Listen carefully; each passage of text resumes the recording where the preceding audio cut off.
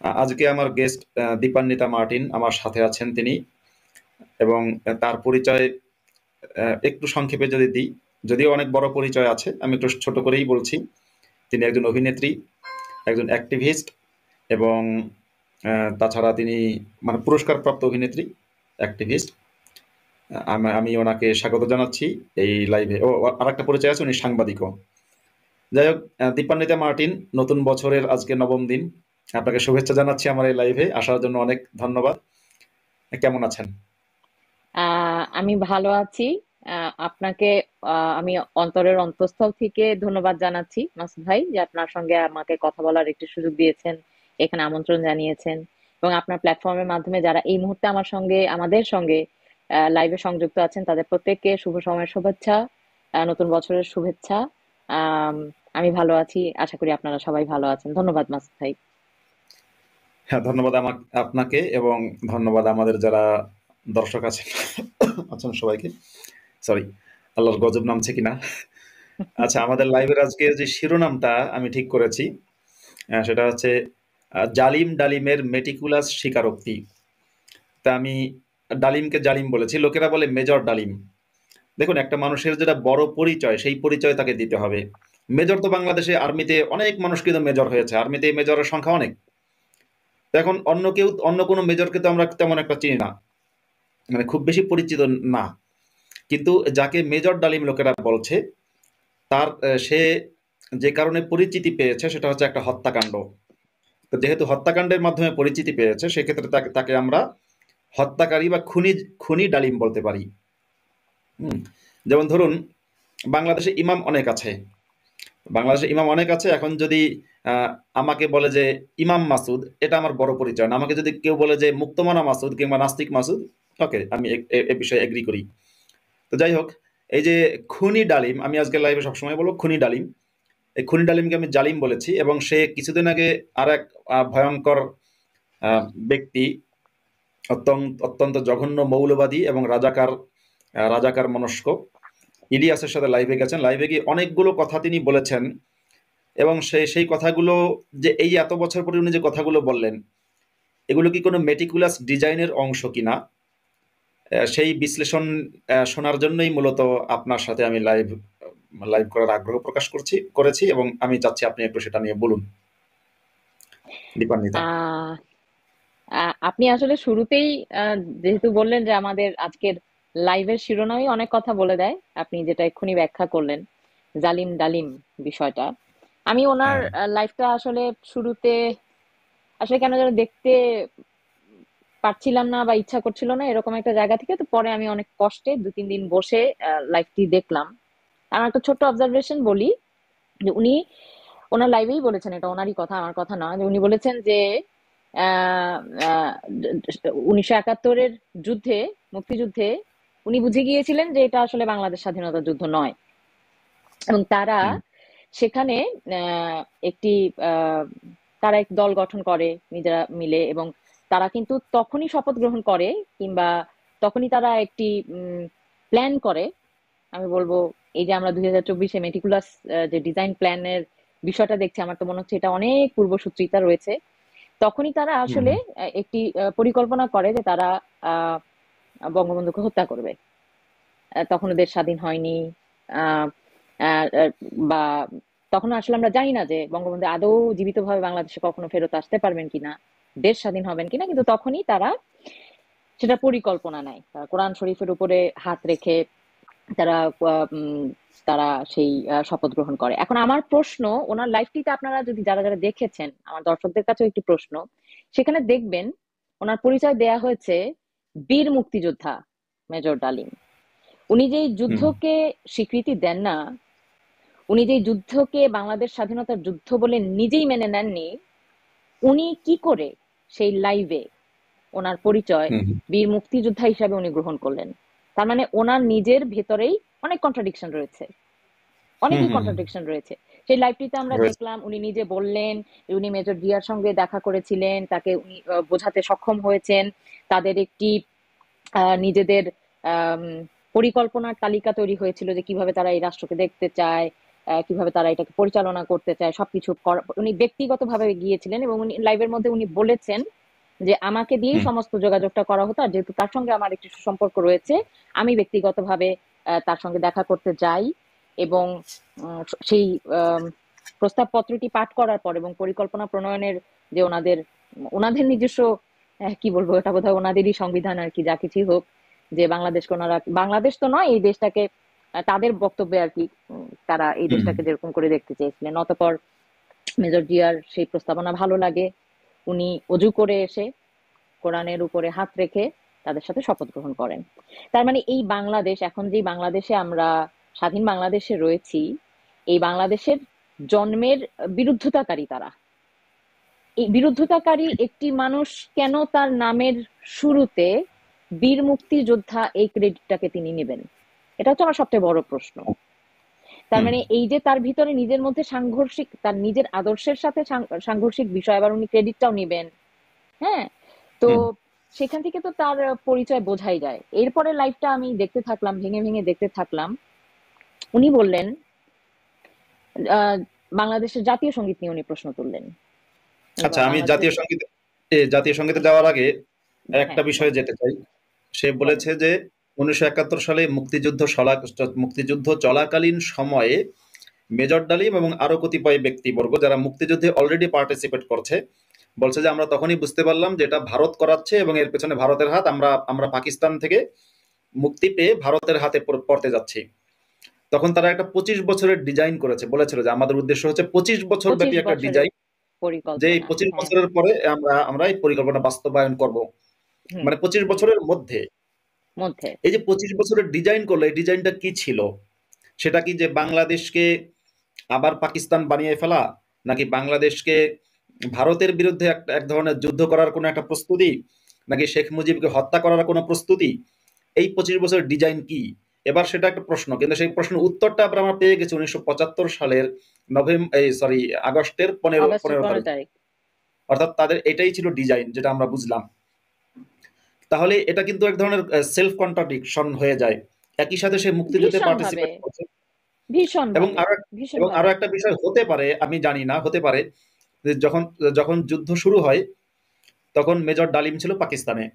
Major ডালিম না, খুনি ডালিম বলবো, কারণ সে খুনি। আহ, সে খুনি, উনি হ্যাঁ, পাকিস্তানি ছিল, হ্যাঁ, পাকিস্তানি হ্যাঁ, ছিল এবার তখন। খুনি ডালিম তখন পাকিস্তানে ছিল। সে বাংলাদেশে এসে যুদ্ধে জড়িয়ে পড়লো। এখন পাকিস্তান থেকে যখন সে এসছে, তাকে কি পাকিস্তানি জেনারেলরা কোনো অ্যাসাইনমেন্ট দিয়ে পাঠিয়েছে কিনা যে তুমি বাংলাদেশে যাও, মুক্তিযুদ্ধই তুমি করো, কিন্তু তোমার আলটিমেট আরেকটা বড় মহান উদ্দেশ্য তোমাকে দিয়ে দিলাম, 25 বছরের মেটিকুলাস ডিজাইন, যে মেটিকুলাস ডিজাইন অনুযায়ী তুমি এই কাজগুলো করবে। সেখানে হয়তো যেটা যেটা তাদের টার্গেট ছিল 25 বছর, সেটা হয়তো 4 বছরেই তারা সেই সফলতা বিষয়ে। পেয়েছে। হুম। হ্যাঁ, হ্যাঁ।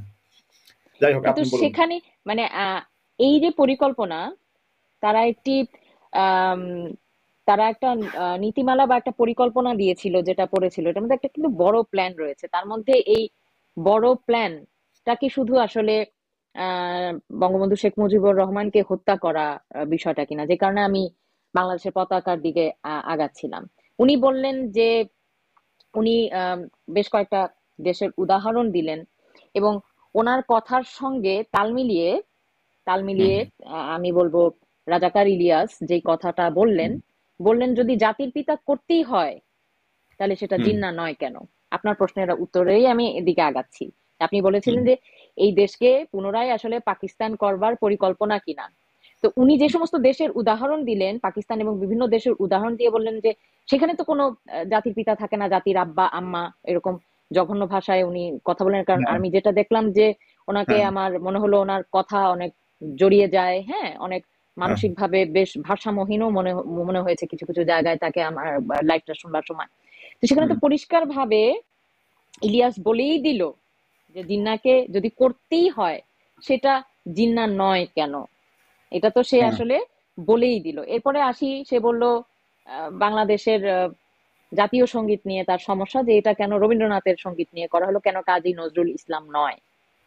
হুম, এখন আমার প্রশ্ন হচ্ছে যে রবীন্দ্রনাথের একটি সঙ্গীত নিয়ে, কারণ আমরা তো আগে আসলে একটা জয়েন্টলি বাংলা ছিলাম, এই দেশটা তো বাংলাদেশ, যেহেতু আমরা বাংলা ভাষাভাষী মানুষ। তো হ্যাঁ, আমার রবীন্দ্রনাথের সঙ্গীত নিয়ে জাতীয় সঙ্গীত হলে এখানে সমস্যা কোথায়? সমস্যা আছে, ওনাদের সমস্যা আছে। হ্যাঁ। কারণ ওই যে মানে আমাদের তো আসলে যদি আমরা সেই ব্রিটিশ আমলের কথাই দেখি যে আসলে ধর্ম দিয়ে দেশ ভাগ বা এই জিনিসগুলো, হ্যাঁ, এখানেই টের পাওয়া যায় তাদের পাকিস্তানবাদ, তাদের পাকিস্তানের হ্যাঁ। প্রতি প্রেম, সেই বিষয়টা। এবার আপনাকে আমি একটা ইন্টারেস্টিং জিনিস বলি, আপনার কথা থেকে রেফারেন্সটা পেলাম। আপনি কি কিছু মিল পান? কিরকম, আপনি যদি আমাকে বলেন প্রশ্নটা কিরকম। 1971-এ মেজর ডালিম, এই খুনি ডালিম এবং জালিম ডালিম, এই লোকটি অবশ্যই মুক্তিযুদ্ধের সপক্ষের মানুষ ছিল না, কিন্তু সে কিন্তু আমাদের মধ্যে, আমাদের অন্যান্য মুক্তিযোদ্ধাদের মধ্যে মিশে ছিল এবং তাদের একটা এজেন্ডা ছিল। এবার আমি 2024-এর জুলাই আন্দোলনের ঘটনা আপনাকে বলি, আপনি জানেন মাসুদ ভাই, আমি জানি, তারপর আমি বলি। এই যে 108 জন শিবিরের নেতা সমন্বয়ক ছিল, হুম। তারা কিন্তু তাদের পরিচয় গোপন করে আন্দোলনের মধ্যে জড়িত ছিল, এবং তাদের মধ্যে অনেকের কথা, বিশেষত মাহফুজ আলমের কথার সাথে এই জালিম ডালিমের, এই খুনি ডালিমের অনেক কথার আপনি মিল পাবেন। এখন হুম। হুম। মেটিকুলাস ডিজাইনের প্রসঙ্গটাতে আসি। তাহলে এই যে এগুলো কি ইকো? মাহফুজ আলম যেমন বলল কোনো জাতির পিতা থাকতে পারবে না, সেই একই সমস্যা আমি এই জালিম ডালিমের মধ্যে দেখতে পাচ্ছি, ইলিয়াসদের কথার মধ্যে দেখতে পাচ্ছি। তাহলে এই যে পিছনের, আমরা এখন সবাই জেনে গেছে, বাংলাদেশের মানুষ জেনে এবং গেছে এবং অনেকে। দেখুন, এই যে গোলাম আজমের ছেলে কিছুদিন আগে, এই 5 আগস্টের পরে অল্প কয়েকদিন পরে সে বলেছে যে আহ, বাংলাদেশের জাতীয় সঙ্গীত পরিবর্তনের কথা সে পরিবর্তনের কথা জানিয়েছে। সেই হ্যাঁ একই কথা কিন্তু খুনি ডালিমও বলেছে। তার বলেছে, মানে এবং যে সংবিধান নিয়ে তাদের সমস্যা। সংবিধান কেন থাকবে? আমাদের কোরআন, অর্থাৎ তিনি বলেছেন যে কোরআন শরীফের মধ্যে একটি দেশ চালানোর জন্য সমস্ত কিছু দেয়া আছে। তাহলে হুম। এটা এটা তো বোঝাই যায় যে বাংলাদেশ যে সংবিধানের উপর, এবং সংবিধানের উপরে রিসেন্টলি যে আঘাত, আপনি মিলিয়ে নেন মাসুদ ভাই, আপনি হুম। আপনার প্রশ্নর, আমরা সেই দিকেই যাচ্ছি, উত্তরের দিকেই যাচ্ছি। আপনি দেখেন হুম। ওনার ইন্টারভিউ, উনি যে কটা জিনিস নিয়ে সমস্যার কথা বলেছে, প্রতিটি বিষয়ের উপরে আঘাত এসেছে অগাস্টের পরে। তো এটা আমরা এখন সবাই জানি যে এটা কোনো কোটা আন্দোলন ছিল না। কোটা আন্দোলনের মোড়কে মানুষকে প্রতারিত করে, মানুষকে ইমোশনকে ব্যবহার করে, হুম। মানুষকে মানে মধ্যবিত্ত মানুষের আবেগের মধ্যে আঘাত করে, তাদের শিশু সন্তানগুলোকে হত্যা করে, কেননা আহ এটা আপনি হত্যা করে যখন বুঝাবেন যে হ্যাঁ এটা আসলে আওয়ামী লীগ সরকার করছে, ওরকম করছে, আপনি দলে অনেক মানুষ পাবেন না, একটা মধ্যবিত্ত পুরো হুম। একটা সোসাইটিকে, কমিউনিটিকে আপনি আপনার সাথে পাবেন। এই আবেগগুলোকে নিয়ে খেলে তারা এই আন্দোলনটাকে নিয়ে গেল এক দফা আন্দোলনের দিকে। আমি কোনো যুক্তিতর্কের দিকে যাব না যে প্রিভিয়াস গভর্নমেন্ট কিংবা ফর্মার প্রাইম মিনিস্টারের দুর্নীতি বা খারাপ, একটি সরকার সব পুরোটা ভালো হয় না, পুরোটা খারাপও হয় না, তো সেই জায়গায় আমি যাব না। কোটা আন্দোলন থেকে এটা এক লাফ দিয়ে এক দফা আন্দোলনের দিকে যখন যাচ্ছে, যখন তাদের দাবি দাবা মেনেও নেওয়া হচ্ছে, তারপরেও ওই দিকে যাচ্ছে, তার সঙ্গে আপনাকে আমি একটি মিল এবং সূত্রতা মিলিয়ে দিই, আপনি আপনি মিল পাবেন কিরকম। গাজী গোলাম মোস্তফার সঙ্গে যে ঝামেলা হয় জালিম ডালিমের, সেটার হুম। জন্য উনি বঙ্গবন্ধুর কাছে বিচার চেয়েছিলেন। হুম। ওনার হুম। বক্তব্য আমি জানি না, কত কত যে একটি বিবাহ অনুষ্ঠান থেকে ওনাকে নাকি মাইক্রোবাসে করে তুলে নিয়ে উনি রওনা দেন গাজী সাহেব, এবং 32 নম্বরের দিকে তাকে নিয়ে যাচ্ছিলেন।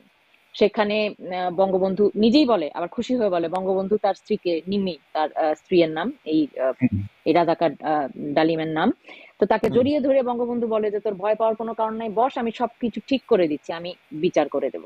বঙ্গবন্ধু কিন্তু বললেন যে গাজী তুই এটা কি করলি, ওনার কথা থেকেই শুনছি যে এটা তুই কি হ্যাঁ। করলি। উনি এটা সমাধান করতে চাইলেন, কিন্তু হুম। একদিনও তারা এই তার উপর ভরসা করে উনি যে একটা সমাধান করবেন, তারা কিন্তু সেটার জন্য অপেক্ষা করলো না। পরের দিন তারা বিভিন্ন রকমের দফা নিয়ে এই করতে হবে, ওই করতে হবে, গাজী সাহেবের গিয়ে তার পা ধরে ক্ষমা চাইতে হবে, রাতের মধ্যে বললো যে না, আপনার আপনার সমাধান আমি মানবো না। এটার সাথে 2024-এর সূত্রতা আপনাকে মিলিয়ে দিই। কোটা আন্দোলনের দাবি দাওয়া কিন্তু মেনে নেওয়া হয়েছিল হুম। আদালত থেকে। হ্যাঁ। সেভেন হ্যাঁ। হ্যাঁ। পার্সেন্ট একটা হ্যাঁ, এটা মেনে হ্যাঁ। নেওয়া হয়েছিল। কিন্তু হুম। আপনার তো এজেন্ডা অন্য, একটা মোড়কে খেলাটা খেলছেন। আপনার তো মকসাদ অন্য জায়গায়, আপনার গোল অন্য জায়গায়, আপনি করবেনই ওটা, আপনি একটা সুযোগ পেয়েছেন, এটা তো হাতছাড়া করা যাবে না। আপনি মিল দেখেন। অতঃপর গাজী সাহেবকে নিয়ে এই ঘটনা ঘটার পরে তারা অনেক কিছু রিফর্ম এনেছিল। আহ, উম, আচ্ছা, আহ, এখানে এখানে একটা জিনিস, আমি এখানে একটা কথা একটু তাহলে স্মরণ করে দিই, যে গাজী সাহেবের সাথে যে ঘটনা, জি, আমি খুনি ডালিমের বয়ান থেকে বলছি। জি, খুনি ডালিমকে গাজী অসম্মান করেছে, তাকে বিয়ের অনুষ্ঠান থেকে তুলে নিয়ে গেছে। জি, তুলে নিয়ে যাওয়ার পরে গাজীর ফ্যামিলিকে আবার খুনি ডালিমের যারা অনুসারী বা আর্মি অফিসারদের কিছু অংশ তারা গাজীর ফ্যামিলিকে আবার ধরে নিয়ে গেছে। হুম গাজীর ফ্যামিলি মানে হুম গাজীর বাড়িতে যারা ছিল তাদেরকে। হুম যখন হুম এই হুম উভয় অর্থাৎ ডালিমকে অপহরণ করেছে গাজী, আর গাজীর ফ্যামিলিকে অপহরণ করেছে ডালিমের লোকেরা। হুম এবার হুম এই দুটো যখন ঘটেছে শেষে শেখ মুজিবের বাড়িতে গেল। হুম যাওয়ার পরে শেখ মুজিব ডালিমকে বারবার বললেন বা ডালিমের স্ত্রীকে বোঝাচ্ছেন যে ঠিক আছে আমি সব ঠিক করে দেব। ডালিম সেটা মানছে না, না মেনে যাই হোক এর কিছুদিন পরে এবার ডালিম যে অভিযোগটা করেছে যে কিছুদিন পরে গিয়ে ডালিমকে চাকরিচ্যুত করা হয়। হুম। এখন বাংলাদেশে এর চেয়ে অনেক ভয়ঙ্কর ঘটনা ঘটে, খুন হয়, কত কিছু হয়। চাকরিচ্যুত বলতে আমি যতটুকু শুনেছি যে বঙ্গবন্ধুর সিদ্ধান্তে একটা কোড অফ কন্ডাক্টে তাকে নেওয়ার সিদ্ধান্ত নেওয়া হয়। কোড অফ হ্যাঁ, কন্ডাক্ট মানে বিহেভিয়ারাল যে এবং সে বিষয়টা পরে নিজেই বলে বলে, চাকরি। হ্যাঁ। হ্যাঁ সে নিজেই বলেছে যখন তাকে চাকরিচ্যুত করা হয় তখন সে শেখ মুজিবের বাড়িতে তাকে ডাকা হয়, সে সেখানে গেছে হুম অন্য একজন তার সিনিয়র একজন অফিসারের সাথে গেছে। হুম যাওয়ার পর শেখ মুজিব তাকে অফার করেছে তুই কি চাস, আমার ছেলের সাথে ব্যবসা কর অথবা তুই বিদেশে কোথাও কোনো মানে বিদেশি কূটনৈতিক মিশনে তোকে আমি পাঠাই। হুম, হুম মানে অন্য চাকরি, ঠিক আর্মির চাকরি না, অন্য একটা চাকরি তোকে দিই।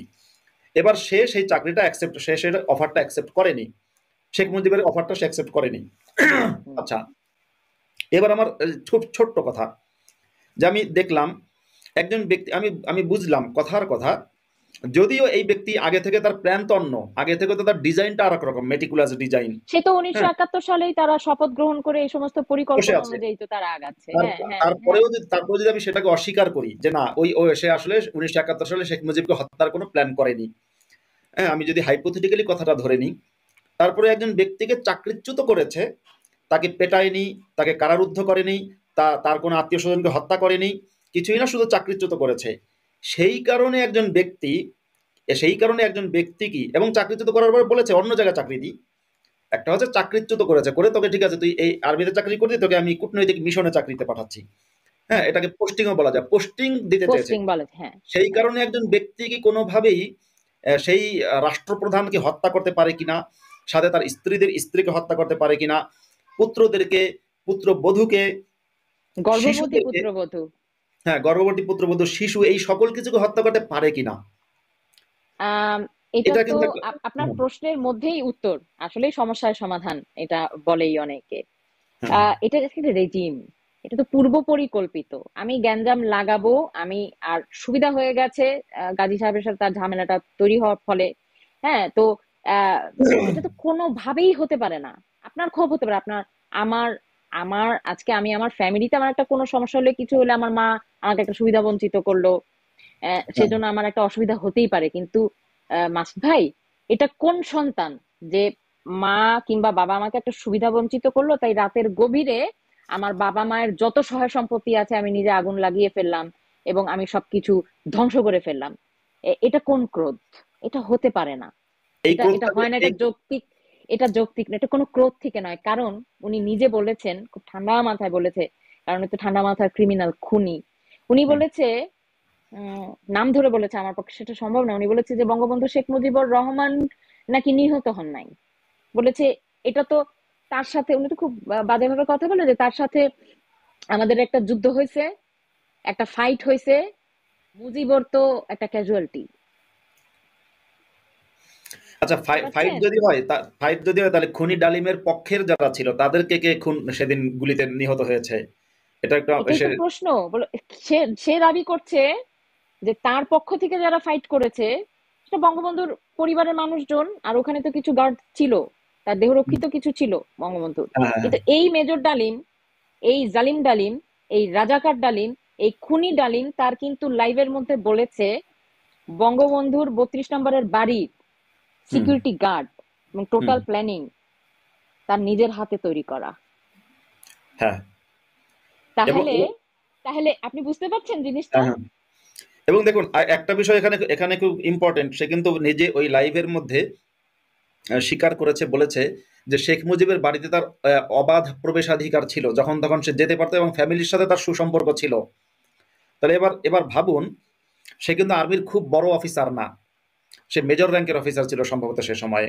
হুম তা আর্মির এমন না যে ব্রিগেডিয়ার জেনারেল কিংবা লেফটেন্যান্ট জেনারেল টাইপের না, তো মেজর র্যাঙ্কের কোনো অফিসার আজকের দিনের বাংলাদেশে আপনি বলুন তো, আমি ঠিক আজকে যে 9 তারিখ জানুয়ারি 2025-এর 9 তারিখ, আজকের দিনে কি কোনো একজন মেজরকে আমরা পাবো, ঢাকা ক্যান্টনমেন্টের একজন মেজর যে তার প্রধান উপদেষ্টা ইউনূসের বাসায় অগাধ মানে অবাধ যাতায়াত থাকতে পারে? প্রশ্নই ওঠে না। এটা তো হতে পারে না। তো এই ডালিম কিভাবে শেখ মুজিবের বাড়িতে এত বেশি অ্যাক্সেস পেল? এবং দেখা গেছে সে শেখ মুজিবের সাথে তার যে কনভারসেশন গুলো উল্লেখ করেছে, এখন যে শেখ মুজিবকে সাধারণত আমাদের জামাত শিবির এবং রাজাকাররা যেভাবে বলে যে শেখ মুজিব ভয়ঙ্কর ছিল, কারোর সাথে মিশতো না, সবাইকে হচ্ছে মানে নিজের দাস মনে করতো, তাহলে সবাইকে যদি নিজের দাস মনে করে, শেখ মুজিবের বাড়িতে গেলে শেখ রেহানা নিজের হাতে চা বানিয়ে নাকি ডালিমকে চা দিয়েছিল। বানিয়ে খাওয়াতো, হ্যাঁ। এবং শেখ এবং মুজিবের বাড়িতে গেলে সেখানে একটা পুকুর ছিল, ছোট্ট পুকুর বা মানে মাছ, কই মাছ সেখান থেকে চাষ মাছ হতো। নিজের হাতে ধরে সেটা রান্না করতো তারা। রাষ্ট্রপ্রধানের বাড়িতে গিয়ে এত সুবিধা পাচ্ছে মেজর ডালিম। আর সে আর আমি এই ব্যক্তি মানে এটা কিন্তু কোনো ক্ষোভের কারণে হতে পারে এটা আমার মনে হয় না। এটা আমারও মনে হয় না। আমি কি আপনার জানতো অনেক সঙ্গে আগে। সহমত, এবং আপনার সঙ্গে সহমত আমি। তার একটা ক্ষোভের জায়গা ছিল হয়তো গাজী সাহেবের সাথে ওই ঘটনা নিয়ে, কিন্তু বঙ্গবন্ধুর উপরে তার কোনো ব্যক্তি ক্ষোভের জায়গা যে নেই তা আমি বলি, যখন ইলিয়াস বলছে, উম, রাজাকার ইলিয়াস যখন বলছে আহ, আহ, উম, এই খুনি ডালিমকে যে আম, এই মুজিবর তো মনে হয় সবাইকে তুমি তুমি করে বলতো না, সমস্ত তুই আর্মি তুই তুই কর- অফিসিয়ালদের হ্যাঁ, তুই তুই তুই তুই করে তুই বলতো। তুমি এরকম করে বলতো। আপনি হ্যাঁ, লক্ষ্য হ্যাঁ, করেছেন কিনা আমি জানি না, আমি ওই জায়গাটা আজকে কয়েকবার একটু দেখলাম। হ্যাঁ, হ্যাঁ, তার মধ্যে আমি একটা, এই লোকটার মধ্যে আমি একটা গর্ব দেখলাম যে বঙ্গবন্ধু তাকে তুই করে ডাকতো, এবং হ্যাঁ। বঙ্গবন্ধুর কথাগুলো এবং যখন সে, সে কিন্তু ইলিয়াসের ওই কথার মানে খুব একটা রিপ্লাই দেয়নি। অর্থাৎ ইলিয়াস যেটাকে বলেছে যে তুই তুই করে বলতে, এটা বিশাল অপরাধ। খুনি ডালিমও কিন্তু রিপ্লাই সেটাকে অপরাধ বলছে না, সে কিন্তু বলছে ওটাকে না। হুম, হুম, সে এটাকে, মানে সে এরকম করে বলেছে আমি যাইতাম, আমি খাইতাম, আমাকে মাছ খাওয়াইতো, এরকম করতো, হ্যাঁ। সে আমাকে তুই করে বলতে চাইতো, মানে ভেতরের ভাবটা হচ্ছে যে সে আমাকে স্নেহ করতো। তো ওই জায়গা হুম, থেকে সে ওই জায়গাটা আমাকে দিয়েছে, এটা নিয়ে তার ভিতরে যেন আমি একটু গর্ব দেখলাম। এবং আর একটা জিনিস আমি লক্ষ্য করলাম যে যখন বঙ্গবন্ধুর বলা কোনো কথা সে রিপিট করছে, যেন হুম, সে তার ওই ব্যক্তিত্বটাকে ভিতরে নিয়ে বলছে, তাহলে মানে বোঝাই যায় কোথাও না কোথাও বঙ্গবন্ধু মানে ওই ভালো দিক বা ওই জিনিসটা সে আর লুকাতে পারছে না। হুম। হুম, হুম, তার হুম। তার চোখে আমার একেবারেই মনে হয় না যে ব্যক্তি ক্ষোভ ক্রোশ সেই জায়গার কোনো বিষয়। বরং এটা অনেক হ্যাঁ, বড় ধরনের, হচ্ছে একটি গুটি।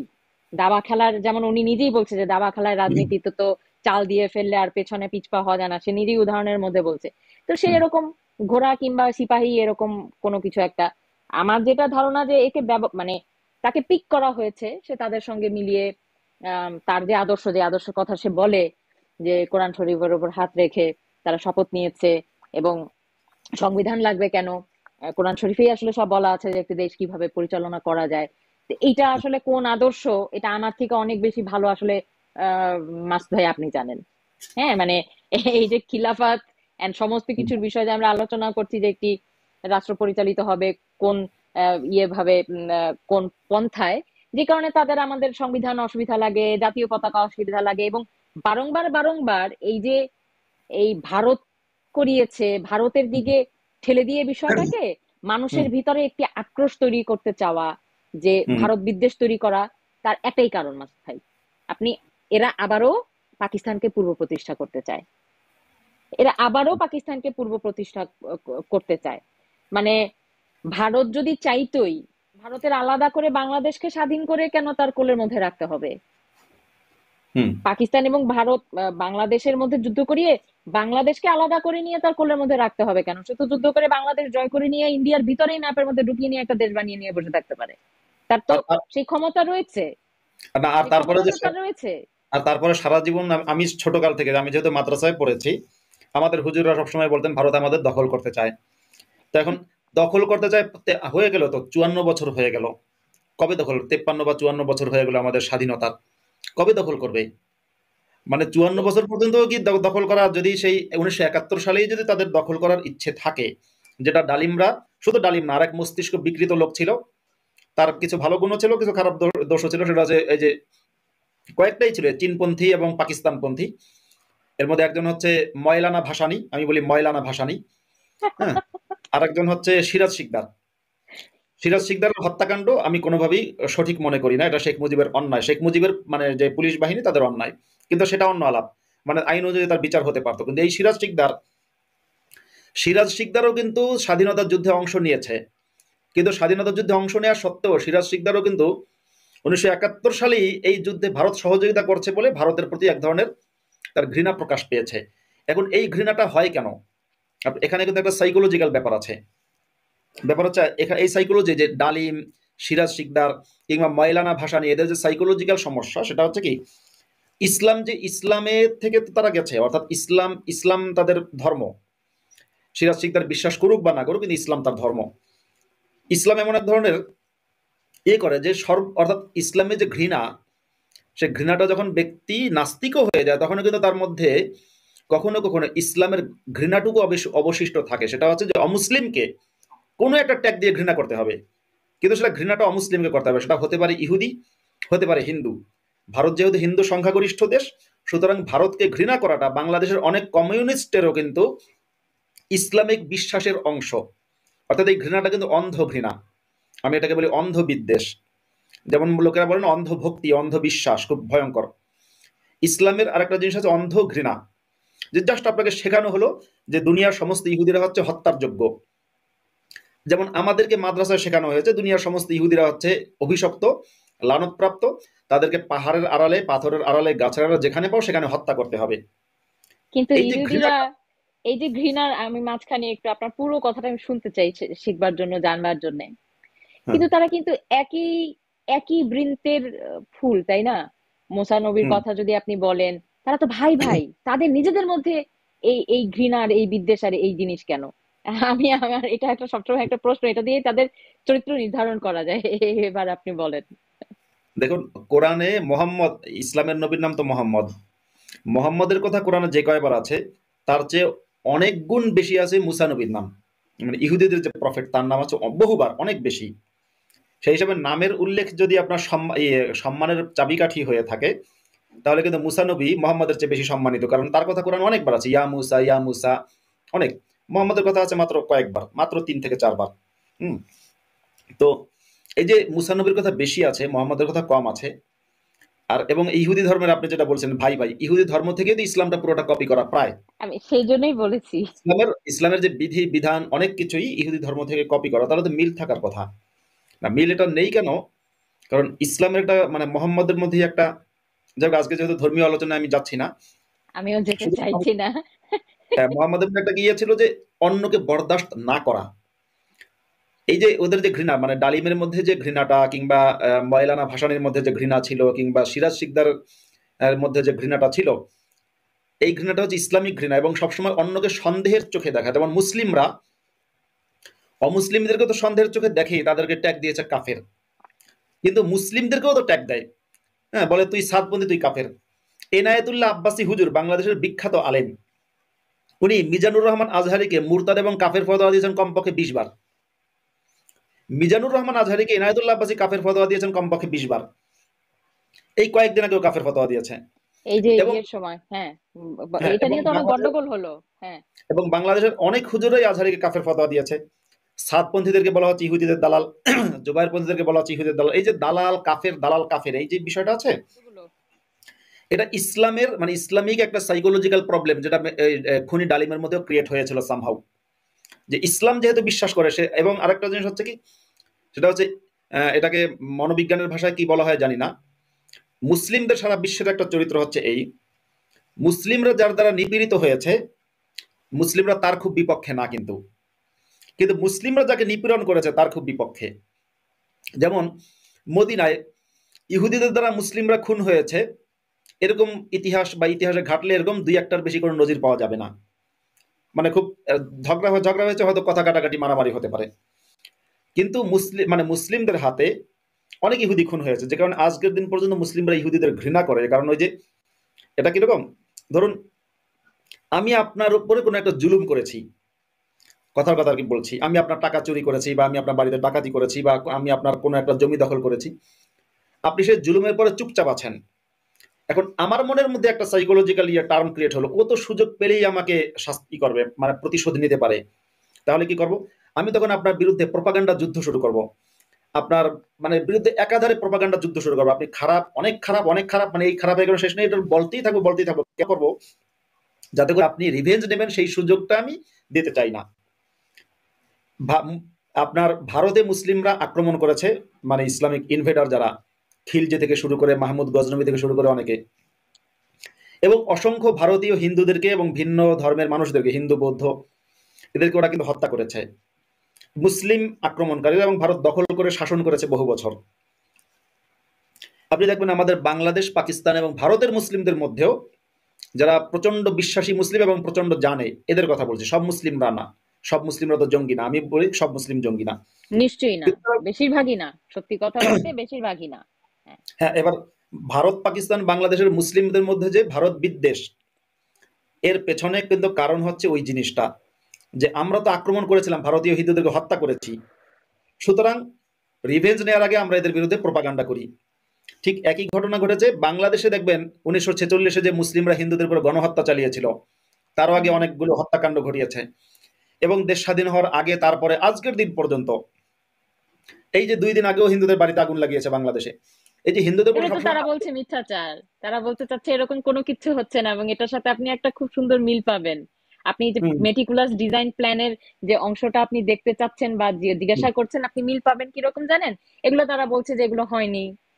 এই হুম, জালিম ডালিমকে যখন জহির রায়নার কথা জিজ্ঞাসা করা হয়েছে, এটা সে তার কোনো পরিষ্কার উত্তর দেয়নি। তাকে যখন জানতে চাওয়া হয়েছে তার কাছে যে শেখ বঙ্গবন্ধুর ছেলে তার স্ত্রীকে অপহরণ করে নিয়ে গিয়েছিল, এটা সারা জীবন প্রোপাগান্ডা শুনলাম, হ্যাঁ, সারা হ্যাঁ, হ্যাঁ, জীবন এটা।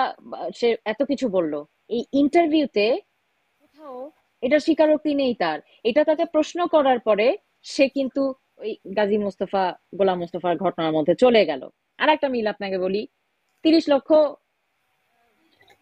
মারা যায়নি, আত্মহত্যা দেয়নি, হুম, হুম। কোনো কাউকে রেপ করা হয়নি। যখন জিজ্ঞাসা করেছে আপনি এরকম কাউকে দেখেছেন কিনা, সে শুধু সে ওটাকে, দুজনকে চিনে। হ্যাঁ, শুধু দুজনকে দেখেছে। আপনি মিল পাচ্ছেন মাসুদ ভাই? দুই হ্যাঁ, হাজার হ্যাঁ, হ্যাঁ। চব্বিশে কোনো হিন্দু নির্যাতন হচ্ছে না, কোনো হিন্দু আসলে নির্যাতন হচ্ছে না, আসলে এটা আমার যে, আওয়ামী লীগের প্রোপাগান্ডা। কিন্তু সমস্ত টিভি চ্যানেলের বাইরে সোশ্যাল মিডিয়াতে হাজার হাজার ভুরি ভুরি হচ্ছে আমরা এটা দেখতে পাচ্ছি। এই 30 লক্ষ আহ, হত্যার বিষয়ে ওনার কথার আমি এখানে ডিফেন্ড করতে চাই, কারণ হুম, এগুলো অপইতিহাস। হুম, মানুষকে শেখানো হচ্ছে, যেহেতু আপনি এখানে ডাকলেন, এটা একটা সুযোগ, 10 জন মানুষ দেখুক, 20 জন হুম, মানুষ দেখুক, তাদের উদ্দেশ্যে আমি বলতে চাই। বলা হয়েছে যে বঙ্গবন্ধু নাকি ইংলিশ বুঝতো না। হুম, হুম, বঙ্গবন্ধু আম, হচ্ছে এই যে সিরাজুল এবং ডালিমের যে দাবি, ডালিমের যে দাবি, হ্যাঁ, হুম, বঙ্গবন্ধু এটা বলারও আগে 8ই জানুয়ারি পাকিস্তানের জেল থেকে বঙ্গবন্ধুকে ছাড়া হয়, উনি লন্ডনে যান 8 তারিখ, তাই না? এটা তো হুম, জানুয়ারি 8 তারিখ, মানে গতকালকের ঘটনা এটা, মানে 1971 সালের, হুম, 72 সালের 8ই জানুয়ারির ঘটনা। হ্যাঁ, কিন্তু বঙ্গবন্ধুর পাকিস্তান থেকে মুক্তির আগেই রাশিয়ার পত্রিকা প্রাভদা, প্রাভদা নামে একটা পত্রিকা ছিল, 4 জানুয়ারি 1972 সালের এই 30 লক্ষ নিহতের কথা বলে দেয়। হুম, এটা যে বঙ্গবন্ধু আগে বলেছে, বিষয় কিন্তু এরকম না। হুম, হুম, হুম, বলা হচ্ছে যে একটা ইন্টারভিউতে 3 মিলিয়ন শুনে বঙ্গবন্ধু 30 লক্ষ বলছে, না, বিষয়টা এরকম না। বঙ্গবন্ধু 8ই জানুয়ারির পরে এই কথা বলেছে, এবং তার আগেই সেই প্রাবদাতে, এই যে এখানে আমার আমার সামনে রাখা আছে, আমি একটু কয়েকটা লাইন জাস্ট আপনারা যারা দেখছেন তাদের উদ্দেশ্যে বলতে চাই। ওভার 30 লাখ কিল্ড বাই পাক ফোর্সেস, প্রাবদা। হ্যাঁ, আপনারা যদি এখান থেকে কেউ দেখে আমাকে এটা জানতে চান, আমি ইনবক্সে আপনাদেরকে এটার পত্রিকার স্ক্রিনশট পাঠিয়ে দেব।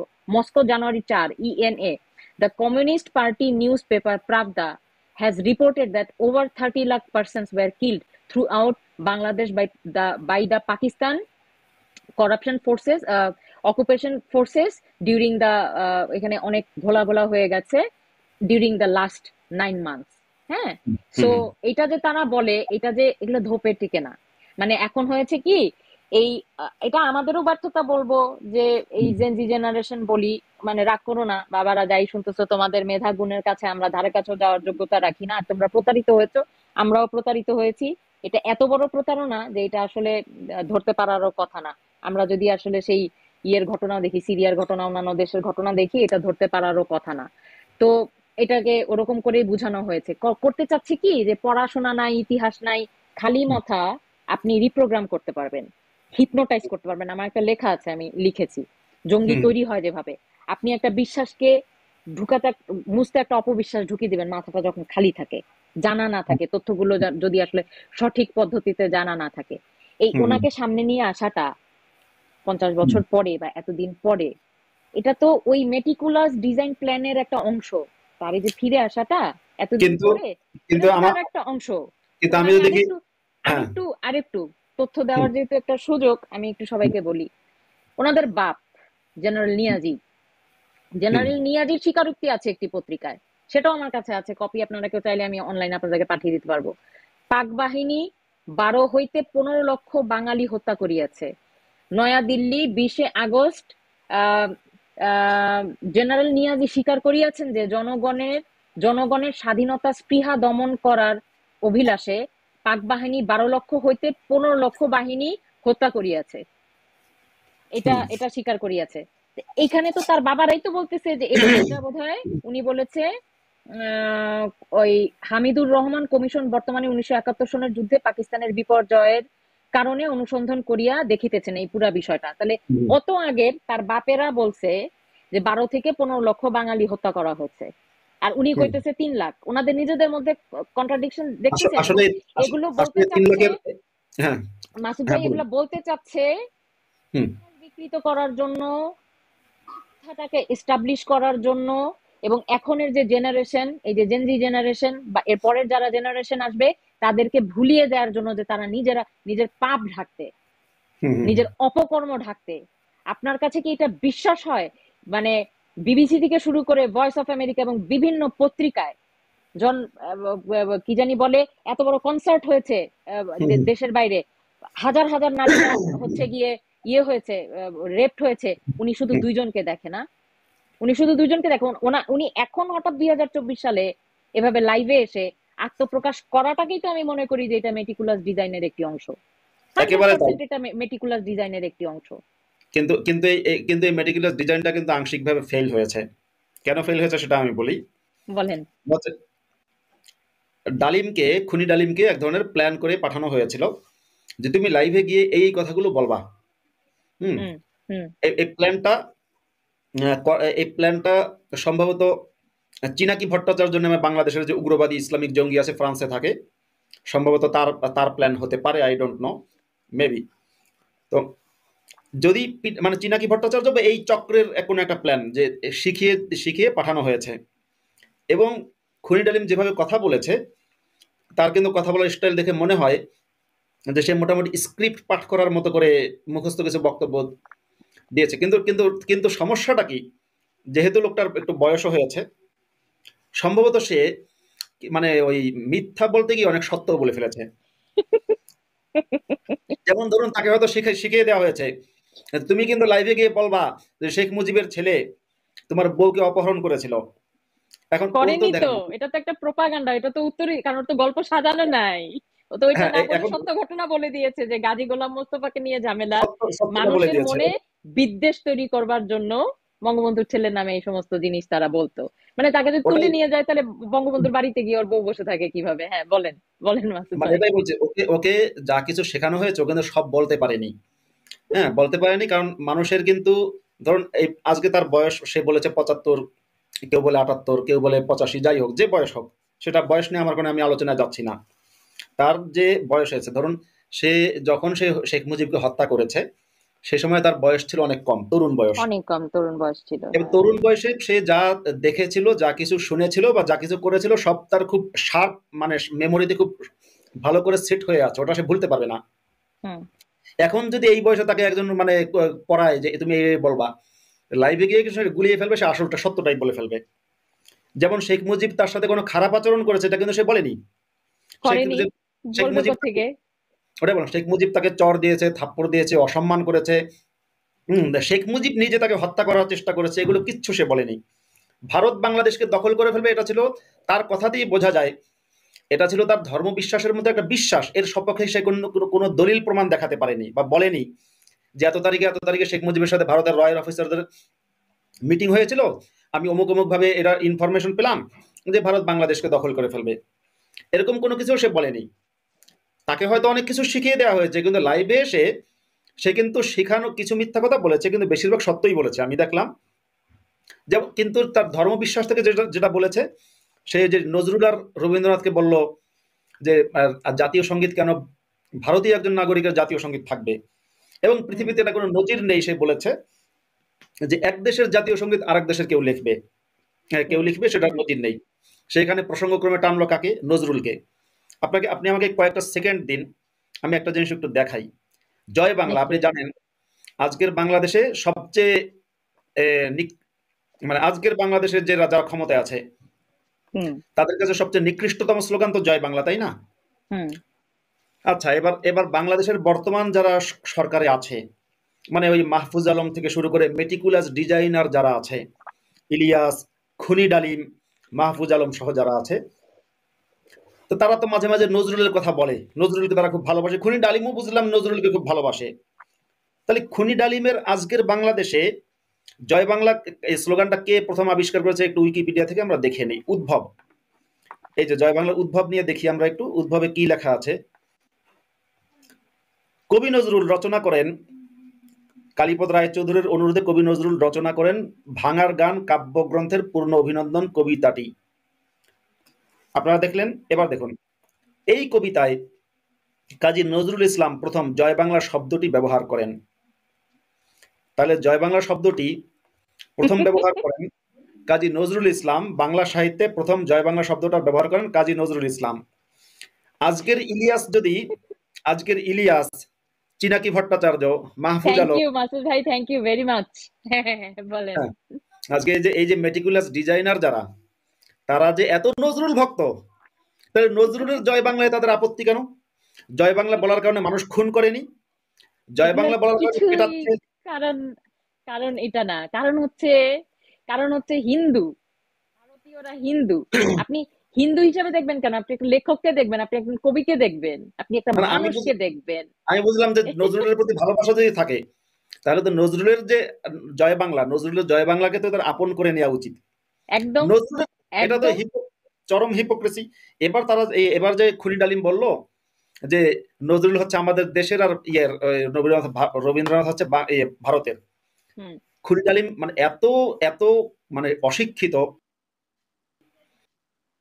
এত মূর্খ এই খুনি। নজরুলের জল বেড়ে উঠেছেন কোথায়? নজরুল বিখ্যাত হয়েছেন কোথায়? নজরুলকে তো 1972 সালে দেশ স্বাধীন হওয়ার পর যে শেখ মুজিবকে ডালিম পছন্দ করে না, পরে বঙ্গবন্ধু নিয়ে এসেছে, শেখ জাতীয় মুজিব তাকে কবির নিয়ে আসলো। সম্মান দিয়েছে। হ্যাঁ, তাহলে তার এই খনি ওকে। ডালিম নজরুলকে বলছে আমাদের দেশি। কেমনে দেশি হয়? সিটিজেনশিপ, সে তো বাই বার্থ বাংলাদেশি না। এবার আপনি বলতে পারেন, হ্যাঁ, এবার আপনি বলতে পারেন যে এবার একটা কথা আসবে, নজরুল জন্মগ্রহণ করেছেন 1999, সরি সরি 1899 সালে। সে সময় তো বাংলাদেশ ছিলই না। একই কথা তো রবি ঠাকুরের ক্ষেত্রেও প্রযোজ্য। ক্ষেত্র প্রযোজ্য। রবি ঠাকুর যখন জন্মগ্রহণ করেছেন তখন বাংলাদেশ ছিল, পাকিস্তান ছিল। এমনকি রবি ঠাকুর বঙ্গভঙ্গই যখন হয় মারা নাই। গেছে, এমনকি রবি ঠাকুর যখন মারা গেছে তখন কি বাংলাদেশ ছিল, পাকিস্তান ছিল? রবি ঠাকুর যখন আমার সোনার বাংলা লিখেছেন তখন তিনি ভারতবর্ষের বৃহত্তর যে ভারতবর্ষ, সেই ভারতবর্ষের মধ্যে থাকা যে বাংলা অংশ, অর্থাৎ আজকে যারা আমাদের বাংলাদেশ, এই বাংলাদেশকে ভালোবেসে, অর্থাৎ অর্থাৎ রবীন্দ্রনাথ ঠাকুর তার দেশের মধ্যে থাকা বাংলা ভূখণ্ডের প্রতি ভালোবেসে এই গানটা লিখলেন, আমার সোনার বাংলা আমি তোমায় ভালোবাসি। তাহলে রবি ঠাকুরের আমার সোনার বাংলা কিভাবে আমাদের বাংলাদেশকে ই করে না, আপনার রিপ্রেজেন্ট করে না বুঝলাম না। রিপ্রেজেন্ট করে না, সেটাই। অবশ্যই রিপ্রেজেন্ট করে, কারণ তিনি তখন আমাদেরই, যখন রবি ঠাকুর এটা লিখেছেন তখন তিনি কিন্তু আমাদের দেশের নাগরিক। তখন রবি ঠাকুর হুম আর ধরেন আমার দাদা, আমার যিনি গ্র্যান্ডফাদার, তিনি রবি ঠাকুরের চেয়ে বয়সে অনেক ছোট, সেটা হুম অন্য আলাপ। কিন্তু আমার যিনি গ্র্যান্ডফাদার তিনিও ব্রিটিশ ব্রিটিশ ভারতে জন্মগ্রহণ করেছেন, তিনি ব্রিটিশ ভারতের সিটিজেন ছিলেন। হুম রবীন্দ্রনাথ ঠাকুরও হুম ব্রিটিশ ভারতের সিটিজেন। হুম সেই হিসেবে আমার দাদার যদি পাসপোর্ট থাকতো, ওনার পাসপোর্ট হয়নি কখনো, যদি পাসপোর্ট হুম হতো সেটা কি হতো? ব্রিটিশ ইন্ডিয়ান পাসপোর্ট হতো। হুম এবং রবি ঠাকুরের যে পাসপোর্টটা ছিল সেটা ব্রিটিশ ইন্ডিয়ান পাসপোর্ট, যে পাসপোর্ট ইউজ করে উনি বিদেশে গেছেন সেটা ভারতীয় পাসপোর্ট না, সেটা ব্রিটিশ পাসপোর্ট। হুম। হুম তাহলে রবি ঠাকুর এবং আমার দাদা একই দেশের নাগরিক। এই হুম মূর্খগুলো বোঝে না, তারা যেভাবে বলে যে নজরুল হচ্ছে আমাদের। হুম সত্যি কথা, যদি নজরুল আমাদের হয় তাহলে রবি ঠাকুর আমাদের। আর যদি রবি হান্ড্রেড ঠাকুর আমাদের না পার্সেন্ট হয়, না আর হয় যদি রবি তাহলে ঠাকুর নজরুলও আমাদের না আমাদের হয় না। তাহলে নজরুলও আমাদের না। একটা রবীন্দ্রনাথ ঠাকুর যদি প্রশ্নের, আমাদের না হয় নজরুলও আমাদের না। একদমই না। আমাকে একটা প্রশ্নের উত্তর আপনি আপনি এখন দেন তো, মাসুদ ভাই। এরা হুম। যে সারাক্ষণ বলছে যে এটা ভারতের এজেন্ডা ছিল, ভারত সেভেন সিস্টার রক্ষা করার জন্য, তার বর্ডার রক্ষা করার জন্য বাংলাদেশকে মুক্তিযুদ্ধে সহায়তা করে বাংলাদেশকে বিজয়ী করেছে, যে ওদের কোলের মধ্যে নিয়ে রাখার জন্য, তাই না? এই কথা বলছে। ভারত আমাদেরকে নিয়ে কিছু বললেই খুব মাথা ব্যথা। কিন্তু 1971 সালে আমেরিকা যা বাংলাদেশ জন্মের বিরোধিতা করেছে, যদি হুম আমরা হেরে যেতাম, তাহলে কি এরা হুম কখনো বলতো যে আমেরিকা তার কোলের মধ্যে নিয়ে ঢুকানোর চেষ্টা করছে বাংলাদেশকে? এই কথাটা কি ফিরতি ভাবে আসতে পারে না? তো আমেরিকা কেন বাংলাদেশ নিয়ে মাথা গলায়? তখন তো তারা বলে না যে মানে হুম আমেরিকার কাছে বিক্রি হয়ে গেল, এই হয়ে গেল, ওই হয়ে গেল। আমার পার্শ্ববর্তী দেশ, আমার প্রতিবেশী, সে আমাকে একটা সাহায্য করেছে, সে আমাকে একটা সাহায্য করেছে, সেটা হুম। নিয়ে যে বারংবার বারংবার, তা এত হাজার মাইল দূরে, সাত সমুদ্র ওই কোন দূরের, তাদের মাথা ব্যথা কেন বাংলাদেশকে জিততে দিবে কি জিততে দিবে না? আমি আমেরিকার কথা বলছি। হুম এটা হুম। নিয়ে একটু আপনার চিন্তাটা বলেন তো। এটা নিয়ে না, কেন এরা কখনো কোনো কিছু বলে না? এটা নিয়ে কারণ হচ্ছে কোরআনের সূরা আত-তাওবার 123 নম্বর আয়াতি এটার বর্ণনা আছে। কোরআনের সূরা তাওবার 123 নম্বর আয়াতে বলা আছে, ইয়া আইয়ুহাল্লাযীনা আমানু কাতিলুল্লাযীনা ইয়ালুনাকুম মিনাল কুফফারি ওয়াল ইয়াজিদু ফীকুম গিলযা। যেখানে মুসলমানদেরকে বলেছেন যে হে মুমিনরা, তোমরা তোমাদের কাছাকাছি যে কাফের আছে তাদের সাথে যুদ্ধ শুরু করো, এবং তারা যেন তোমাদের কাছ থেকে কঠোর আচরণ পায়, খুবই খুবই কঠোর রূঢ় আচরণ পায়। এই আয়াতের উদ্দেশ্য হচ্ছে মুসলমানের পাশে থাকা যে কাফের পরিবার থাকবে তাদের সাথে, মুসলমান রাষ্ট্রের পাশে যে কাফের রাষ্ট্র থাকবে সেই রাষ্ট্রের সাথে সবসময় শত্রুতা করা, শত্রুতা প্রদর্শন করা, যুদ্ধ করা এবং তাদের সাথে নিষ্ঠুর আচরণ করা ইসলামের পবিত্র নির্দেশ। মুসলমানের পাশে যেই থাকবে, এখন বাংলাদেশ যদি মুসলিম মুসলিম দেশ হয়, বাংলাদেশের পাশে কাফের দেশ কি আছে? প্রথম শুরু করতে হবে প্রতিবেশী কাফের দিয়ে, ভারত। মানে বাংলাদেশের মুসলিমদের ভাষ্য মতে ভারত কাফের দেশ, সুতরাং ভারতকে দিয়ে শুরু করতে হবে। যদি বাংলাদেশের পাশে আমেরিকা থাকতো, তাহলে বাংলাদেশ ওই আমেরিকার সাথেই সারাক্ষণ লেগে থাকতো, তখন আর ভারতকে নিয়ে ভাবতো না। যদি বাংলাদেশের পাশে জাপান থাকতো, তাহলে বাংলাদেশের যারা মাদ্রাসায় পড়া হুজুর বা যারা মাদ্রাসা মনস্ক কিংবা যারা ডালিম মনস্ক, মানে খুনি ডালিমের মতো, যে নামাজ পড়বে না কিন্তু হয়তো এই ইসলামের জন্য জিহাদ করার জন্য প্রস্তুত, হুম, এদের মতো লোকেরা কিন্তু বাংলাদেশের পাশে যদি আজকে জাপান থাকতো, জাপানের সাথেও সারাক্ষণ শত্রুতা করতো। কারণ একেবারে কাছে পাকিস্তানও তাই করে, পাকিস্তান যে ভারতের সাথে ফাইট করে সবসময়, কারণ সবসময় একটা কাফেরের সাথে গন্ডগোল লাগিয়ে রাখা, এটা ইসলামের নির্দেশ, যে আচ্ছা, সবসময় কোনো না কোনো কাফেরের সাথে তুমি সবসময় যুদ্ধের একটা মুডে থাকো, যুদ্ধ চালিয়ে যাও, থামাথামি চলবে না। আচ্ছা, আচ্ছা, আচ্ছা, আচ্ছা। মানে অল দা টাইম। আমি একটু যারা দর্শকরা এই খুনি ডালিমের অনেক বিবৃতি, অনেক কথা, বা তিনি একটা বইতে কি লিখেছেন, লেখা থাকলেই যদি সেটাকে সত্যবাণী হিসাবে নেন, তাহলে সেই ক্ষেত্রে আমি বলতে চাই বাংলাদেশের রাজনৈতিক ইতিহাস 1995, এটি একটি বই, সেখানের 380 নম্বর পাতা আমি একটু পড়ে শোনাই। মেজর ডালিমের বিরুদ্ধে দুর্নীতির অভিযোগ। 1975 সালের বঙ্গবন্ধুর অন্যতম খুনি মেজর ডালিমের বিরুদ্ধে এক চাঞ্চল্যকর তদন্ত রিপোর্ট 13ই জুন সংবাদে প্রকাশিত হয়। ডালিম ছিলেন কেনিয়ায় বাংলাদেশের রাষ্ট্রদূত।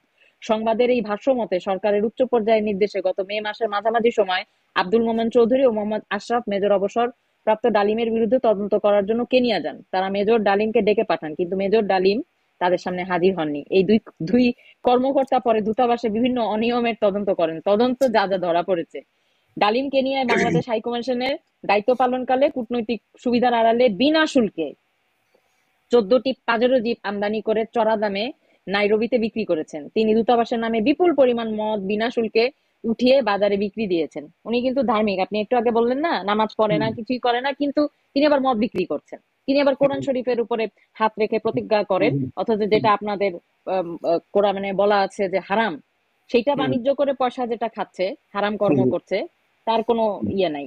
পররাষ্ট্র মন্ত্রণালয় থেকে সরকারি রেটে নাইটোরোবস্তি বাংলাদেশ হাইকমিশনের কর্মকর্তা ও কর্মচারীদের যে বেতন ও ভাতা ডলারে পাঠানো হতো, তা মেজর ডালিম নিজের অ্যাকাউন্টে জমা রাখতেন সরকারি রেটে। বাজারের তুলনায় সরকারি রেট বেশ কম।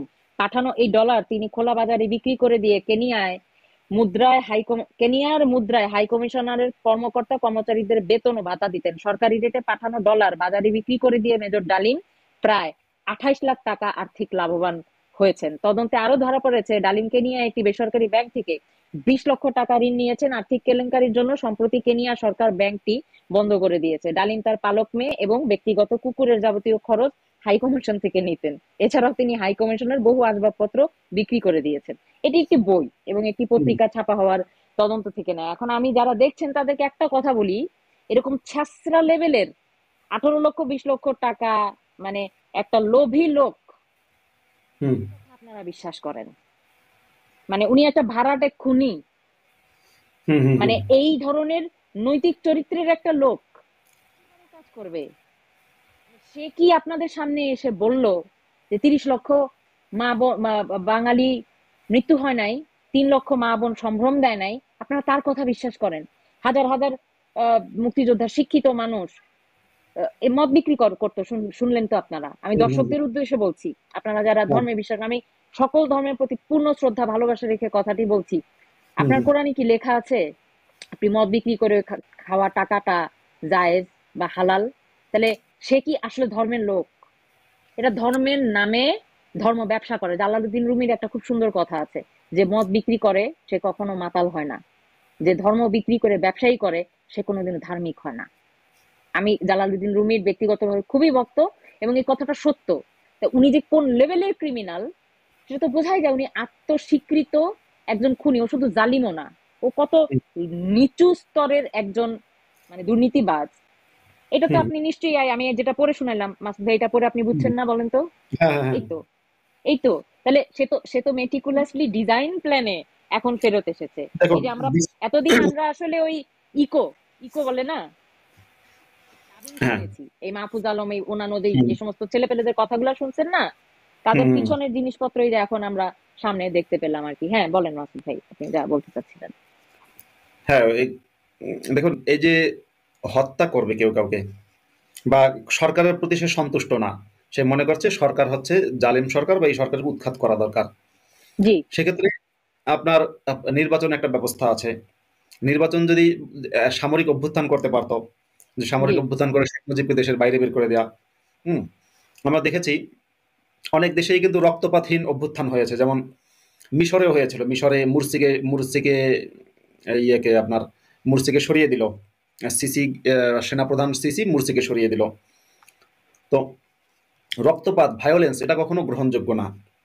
কিন্তু সেই ভায়োলেন্সটা এমন একটা ভায়োলেন্স যে সেখানে আমরা দেখতে পেলাম যে যার এই সরকার পরিচালনার সাথে কোনো সম্পর্কই নেই, শেখ হুম। মুজিবের ভাই ছিলেন বা তার স্ত্রী, তার পুত্রবধূ, তার ছেলেরা, ছোট বাচ্চা শেখ রাসেল, তাদের কোনো এর সাথে সম্পর্কই নেই।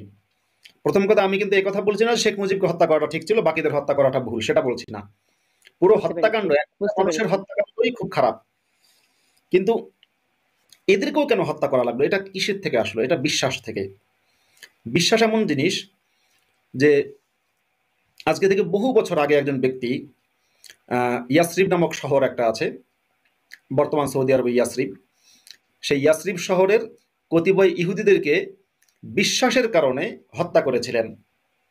হুম তিনি যে হত্যা করেছিলেন সেখানে কিন্তু তিনি ঠান্ডা মাথায় শিশুদেরকেও জবাই করে হত্যা করেছিলেন, অনেক শেখ ইহুদিদেরকে। রাসেলের মৃত্যু একই প্যাটার্ন। হ্যাঁ, একই রকম। তাহলে প্যাটার্ন। এবার সেই বিশ্বাসের সেরকমই বিশ্বাসী হচ্ছে খুনি ডালিম।